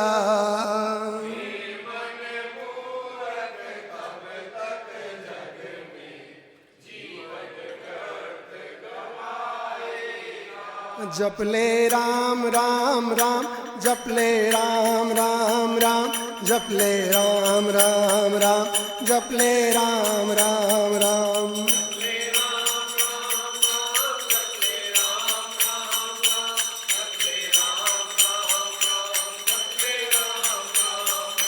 जप ले राम राम राम, जप ले राम राम राम, जप ले राम राम राम, जप ले राम राम राम।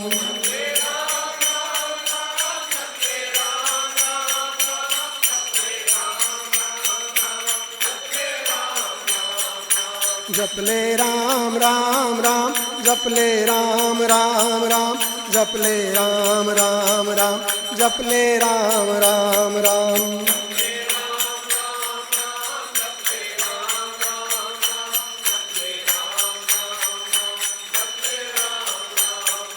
राजा राम राम राम, राजा राम राम राम, राजा राम राम राम, राजा राम राम राम।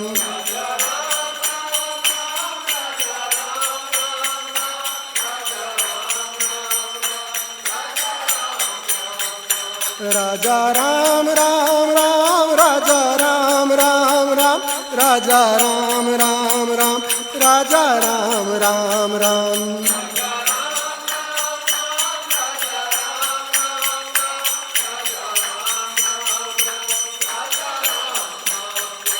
जप ले राम राम राम, जप ले राम राम राम, जप ले राम राम राम, जप ले राम राम राम।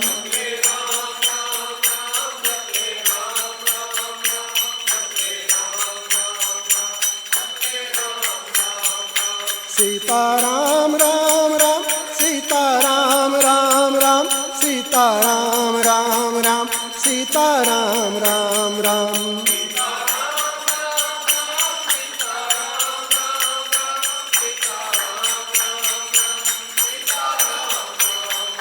सीता राम राम राम, सीता राम राम राम, सीता राम राम राम, सीता राम राम राम।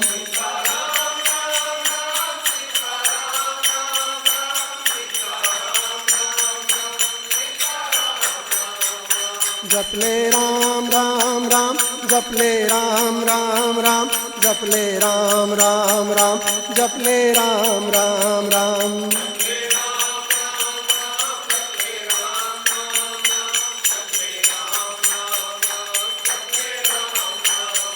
राधे श्याम श्याम श्याम, राधे श्याम श्याम श्याम, राधे श्याम श्याम श्याम, राधे श्याम श्याम श्याम।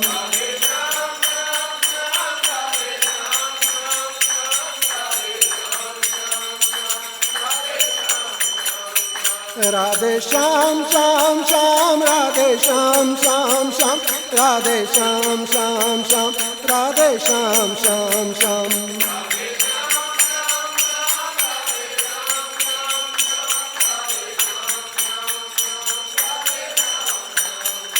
जप ले राम राम राम राम जप ले राम राम राम जप ले राम राम राम जप ले राम राम राम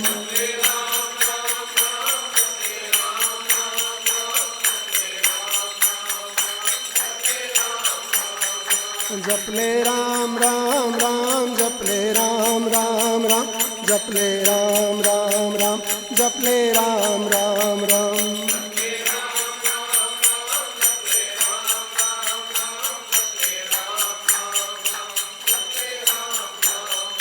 जप ले राम राम राम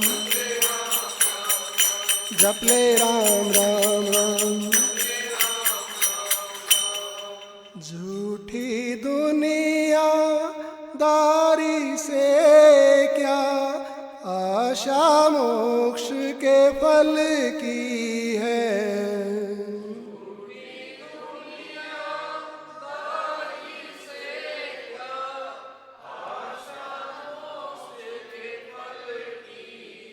तुझको क्या है खबर जिंदगी तेरी कितने पल की है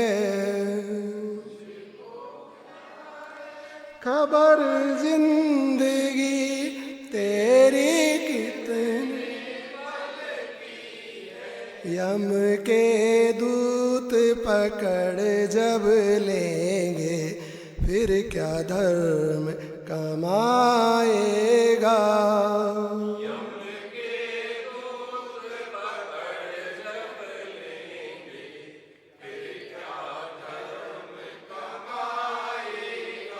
राम नाम नहीं गाएगा तो अंत समय पछताएगा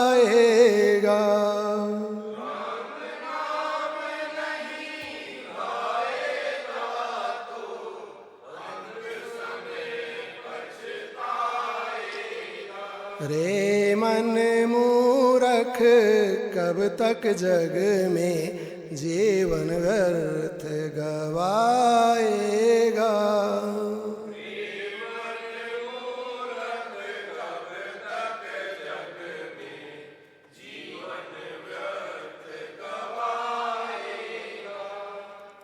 बोले वृंदावन बिहारी लाल की राधे रानी सरकार की सभी साधु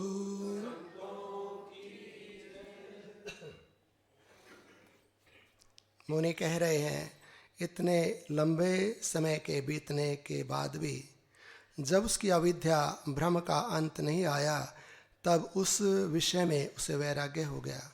तदंतर वैराग्य हो जाने के कारण उसने आकाश में ही प्राणों का विरेचन करने वाली योग धारणा बांधकर अपने प्राणों का परित्याग कर दिया और उसका शरीर मुर्दा सा होकर नीचे को लटक गया। अनेक जन्म धारण किए ऊंच नीची योनियों में भटकता रहा, सुख दुख भोगता रहा, शांति नहीं मिली, थक गया। करते करते जन्मते जन्मते मरते मरते थक गया। तो सोचा कि अब ये जीवन नहीं चाहिए, ये खत्म होना चाहिए, ये परंपरा रुकनी चाहिए। तो योग धारणा से प्राण छोड़ दिया। उसका प्राण वायु समन्वित चित्त तो उस अव्यक्त आकाश में ही राजा विदुरथ की शत्रुता अर्थात पूर्वोक्त सिंधुता को प्राप्त हो गया। जो भावना, जो उसकी अव्यक्त कामना है, जो सारे भूमंडल का पालन करने वाली थी तथा वह शरीर सैकड़ों मेरू का सा विशाल काय होकर महाशव के रूप में परिणित हो गया। फिर तो दूसरी पृथ्वी के सदृश वह विशाल शव अश्नि एवं वज्र के गिरने का सा शब्द करता हुआ आकाश से भूतल पर गिर पड़ा। उन्हें कह रहे हैं भगवान राम से, रघुनंदन ये सब हुआ, ब्रह्मा जी का दर्शन हुआ, उसने राजा सिंधु होने का वरदान मांगा। उसके पहले अनेक उसके कर्म थे, भावनाएं थी, तो अनेक जन्म हुए, अनेक परंपराओं में वो भटकता रहा। और फिर एक समय आ गया जब भगवान ब्रह्मा जी के वरदान की सार्थकता होनी थी, तब वो इन सब ऊंची नीची उड़ानों, छोटी मोटी योनियों से निवृत्त हो गया और उसने योग धारणा की, प्राण छोड़े। प्राण छोड़ते ही आकाश में उसका शरीर लटक गया और वो नीचे को गिरा और नीचे को गिरते गिरते सिंधुता को प्राप्त हो गया। राजा सिंधु बन गया, जो राजा विदुरथ का शत्रु है। नीचे गिरता गिरता अर्थात फिर जन्म हो गया, अब राजा बन गया सिंधु नरेश। अब सिंधुता को यहाँ कह रहे हैं, मुनि ने लिखा है, इतने लंबे समय बीतने के पश्चात भी उसकी अविद्या का भ्रम नहीं हुआ। उसका कह रहे उसका प्राण वायु समन्वित चित्त तो उस अव्यक्त आकाश में ही राजा विदुरथ की शत्रुता अर्थात पूर्वोक्त सिंधुता को प्राप्त हो गया। आकाश में जन्म लेने के पहले, शरीर धारण करने के पहले ही वो वैसा बन गया दोबारा। समय ज्यादा हो गया, नहीं तो हम आपको एक कथा सुनाते संत की, और आपको आनंद आ रहा है। बाद में ना कई बार डांट पड़ती है कि आप रुकते नहीं हो, स्टार्ट होने के बाद स्टॉप का स्विच भूल जाते हैं। प्रसंग चल रहा है ना उस भाव से कि हम कैसे कर्म करते हैं, कार्य करते हैं, कैसे चीजें बनती हैं, वो हमने सुना।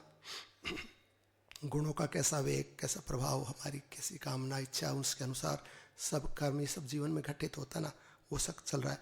तो यहाँ कामना थी व्याध की कि मैं राजा बनूं, तो राजा बन गया अनेक योनियों के बाद में। गिरता गिरता सिंधुता को प्राप्त होकर सिंधु नरेश बन गया। एक कथा सुनाते हैं इस प्रसंग से संबंधित। श्री हरिदास जी महाराज हुए, बोल वृंदावन बिहारी लाल।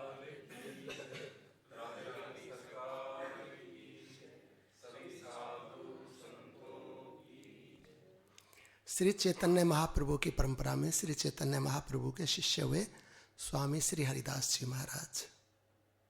एक स्वामी श्री हरिदास जी महाराज ने जिन्होंने बिहारी जी को प्रकट किया, उनसे भिन्न है महाप्रभु के शिष्य हैं हरिदास जी।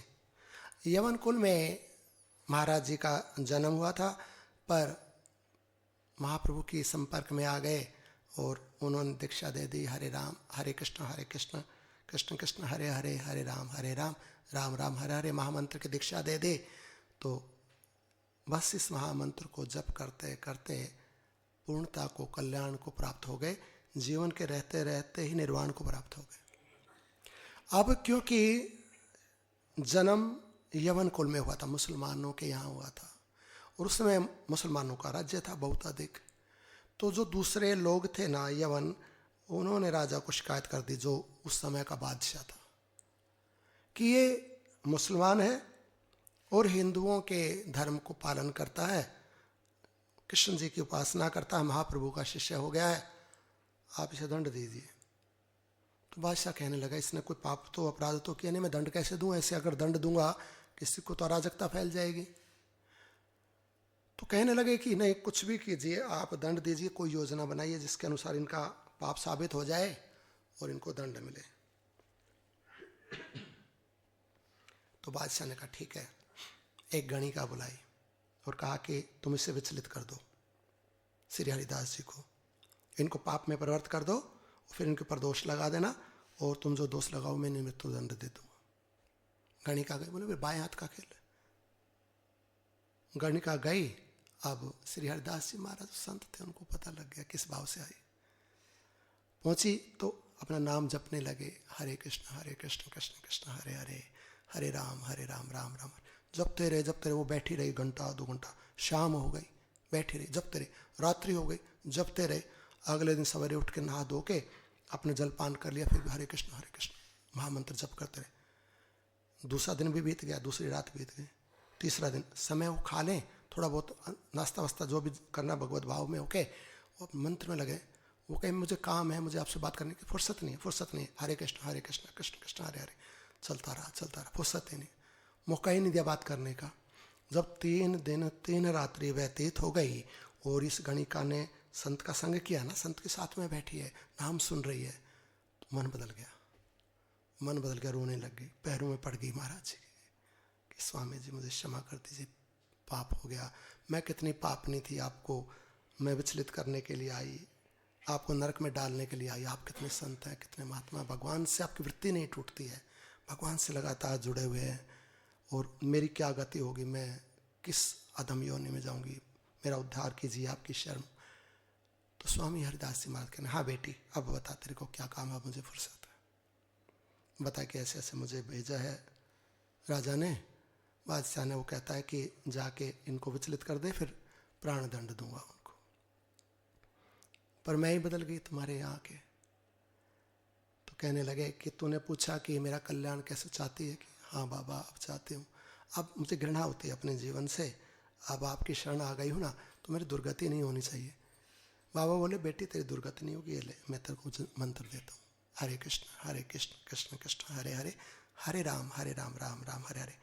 ये कंठी तुलसी जी की कंठी पहना दी, एक माला दे दी, ये मंत्र जप, उस जीवन से उपराम हो जा, आज से भगवान की भक्त हो जा, वैष्णव हो गई है तू, तेरा कल्याण होगा, तेरा अनिष्ट नहीं हो सकता। एक भक्त का वचन है, लग गई भजन में। स्वामी श्री हरिदास जी ने विचारा, जब बादशाह को मेरे यहाँ रहने से या यहाँ के निवासियों को मेरे रहने से पीड़ा होती है, उनको अच्छा नहीं लगता, मैं स्थान छोड़ देता हूँ। छोड़ के चले गए दूसरे स्थान पे। एक हमने एक कथा सुनाई आपको छोटी सी, एक भक्त का हमने सत्य चरित्र सुनाया आपको। अब इसका एक भावार्थ सुनिए इसी कथा का।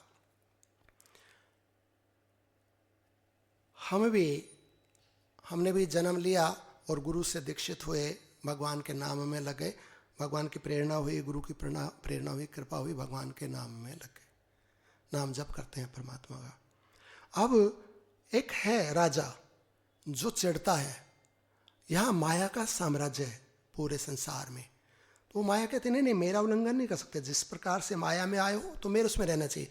यवन राजा क्या चाहता है, क्या कहता, मेरे शासन में रहो, और जिस परंपरा में जिस कुल में आए हो ना उसमें रहो, वैसे रहो, अर्थात यवन रहो, तो मैं तुम्हें रहने दूंगा, नहीं तो मैं तुम्हें दंड दूंगा, या कोई भी तुम्हें मेरे देश से निकाल दूंगा, ऐसा राजा बोलता यवन। माया क्या कहती है, तुम माया में आए हो ना, मेरी परंपरा में आए, मेरी परंपरा में रहो, माइक बन के रहो, संसारी बन के रहो, मैं तुम्हें खूब सहयोग करूंगी, सुविधाएं दूंगी, तुम्हें कोई विचलित नहीं करूंगी, कोई दंड नहीं दूंगी, ऐश करो खूब, कितने भी जन्म धारण करो, माइक रहो। और यदि माइक नहीं रहोगे तो मैं अनेक रूप धारण करके तुम्हारे को विचलित करने को, विनिष्ट करने को तैयार हूँ, और तुम्हारा पतन करने के लिए मैं प्रयास करूंगी। तो ये राजा, ये माया प्रयास करता है। तो क्या प्रयास करता है ये राजा, तो एक गणिका भेज देता है जीवन में। अब जो माताएं हैं, जो स्त्रियां हैं, वे सोचेंगे हमें तो गणिका से भय नहीं, क्योंकि स्त्री को तो स्त्री से भय होता नहीं, वो सोचेंगे हमारा क्या गणिका बिगाड़ लेगी।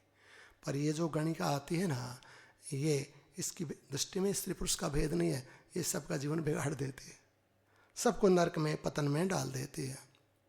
ये ऐसी गणिका है, और ये सबके जीवन में आती है ये गणिका। जो इस गणिका के चक्कर में फंस गया वो नष्ट हो जाएगा, उसको मृत्यु दंड मिलेगा, बार बार उसको मरना पड़ेगा। परंतु जो संत है, जो इस गणिका से सतर्क रहेगा, सावधान रहेगा, भगवान से जुड़ा रहेगा ना, उसका कौन राजा क्या बिगाड़ लेगा। तो ये कौन गणिका है जो हम सबके जीवन में उपद्रव मचाने को, हमारे को पतन करने को आ रही है, बैठी है। तो उस गणिका का नाम है कामना, इच्छा, माया। स्त्री हो चाहे पुरुष हो, सबके पीछे गणिका लगी हुई है। उनकी पवित्रता, उनकी शुद्धता, उनकी उन्नति, उनकी भक्ति, उनका ज्ञान, वैराग्य, सबको नष्ट करने के लिए कामना रूपी गणिका सबके पीछे पड़ी है।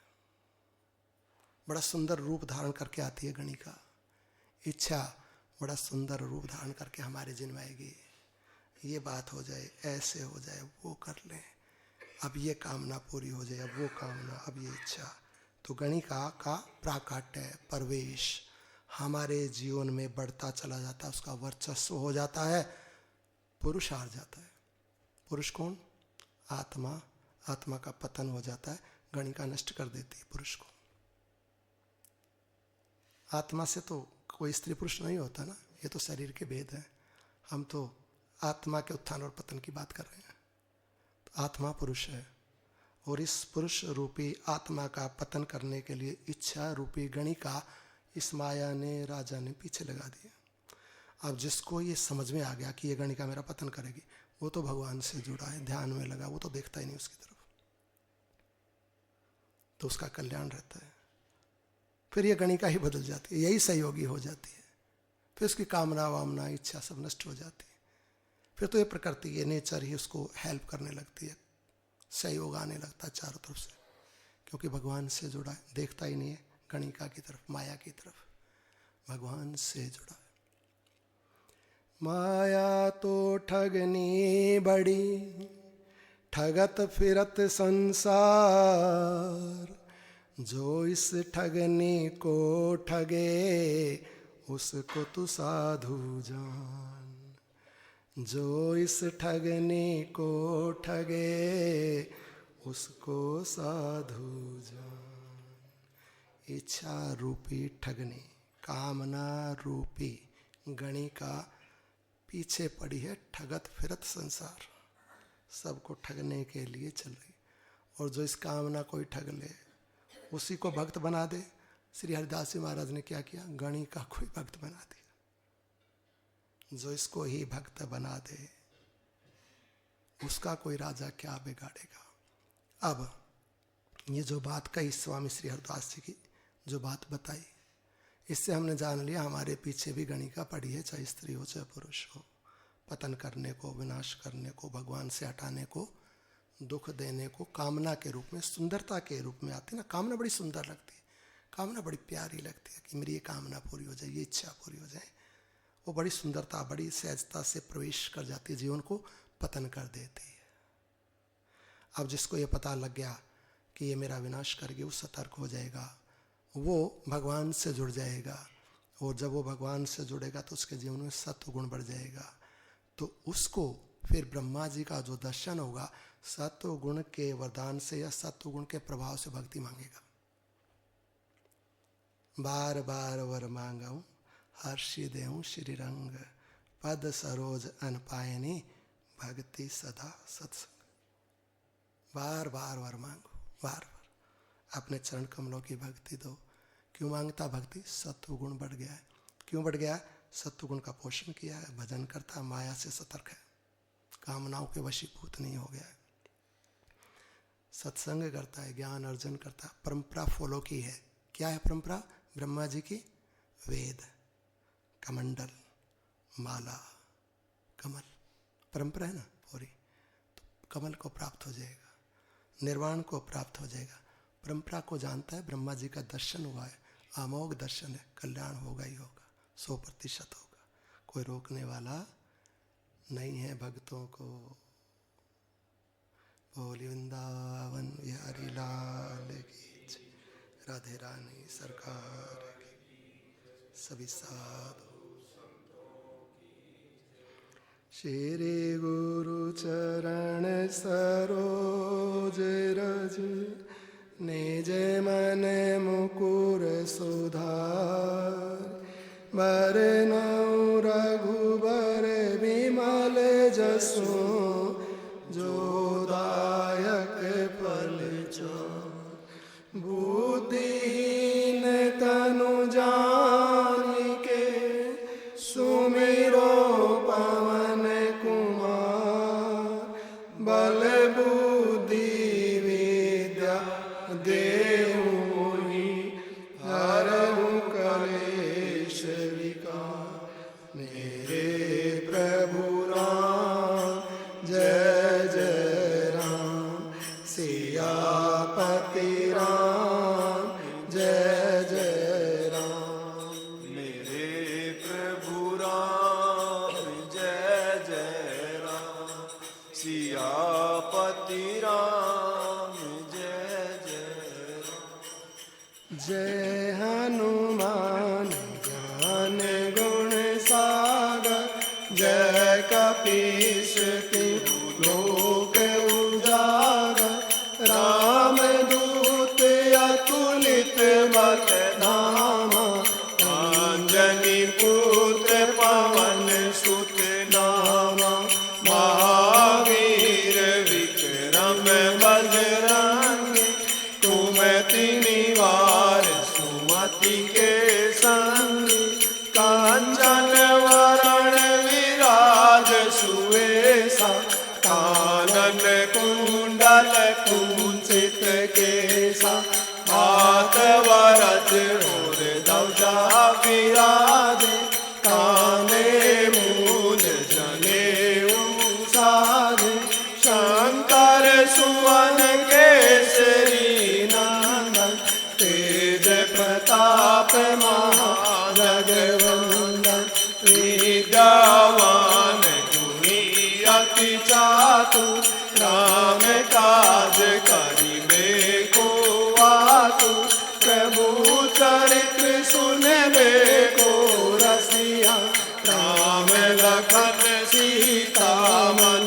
बसिया सूक्ष्म रूप धरि सिया दिखा विकट रूप धरि लंक जरा भीम रूप धरि असुर संहारे रामचंद्र के काज सवारे लाए संजीवन लखन जियाए श्री रघुवीर हर सहि उर लाए रघुपति की बहुत बड़ाई तुम मम प्रिय भरत ही सम भाई सहस वदन तुम रोयस गावे कस कैसे कपि कंठ लगा सनकादिक ब्रह्मादि मुनीसा नारद सारद सहित अहिसा यम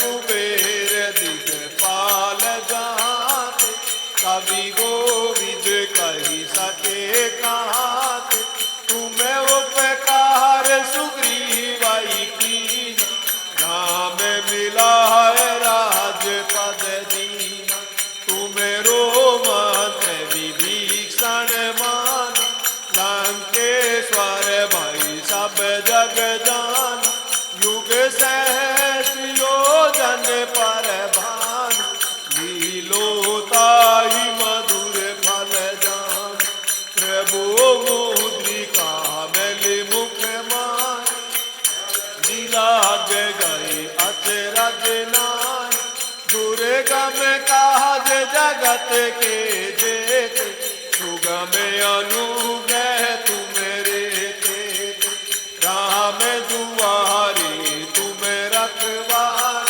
होते ने आज्ञा बिनु पैसार सब सुख ले तुम्हारी शरण तुम रक्षक काहू को डरना आपन तेज समारो आप तीनों लोक हाँकते कांपे भूत पिशाच निकट नहीं आवे महावीर जब नाम सुनावे नासे रोग हरे सब पीर जपत निरंतर हनुमत वीर संकट ते हनुमान छुड़ावे मन क्रम वचन गान दुलावे सब पर राम तपस्वी राज तिनके काज सकल तुम साज और मनोरथ जो कोई लावे सोई अमित जीवन फल पावे चारों युग पर ताप तुम्हारा है पर सीध जगत उजियार साधु संत के तुम रखवार असुर निकंदन राम दुलार अष्ट सिद्धि नव निधि के दान असवर दीन जान की मान राम रसायन तुम्हारे पासा सदा रघुपति के दान तुम्हारे भजन राम को पावे जन्म जन्म के दुख विश्राम अंत काल रघुवर पुर जाय जहाँ जन्म हरि बात कहाय और देवता कितने धरे हनुमत से सर्व सुख कर संकट कटे मिटे सब पीर जो सुमेरे हनुमत बलबीर जय जय जय हनुमान गोसाई कृपा करहु गुरुदेव की नाई जो सत बार पाठ कर कोई छूटहि बांधि महासुख हो जो ये पढ़े हनुमान चालीसा होय सिद्धि साखी गोरी तुलसीदास सदा हरि चेरा कीजे नाथ हृदय में पवन तनय संकट हरण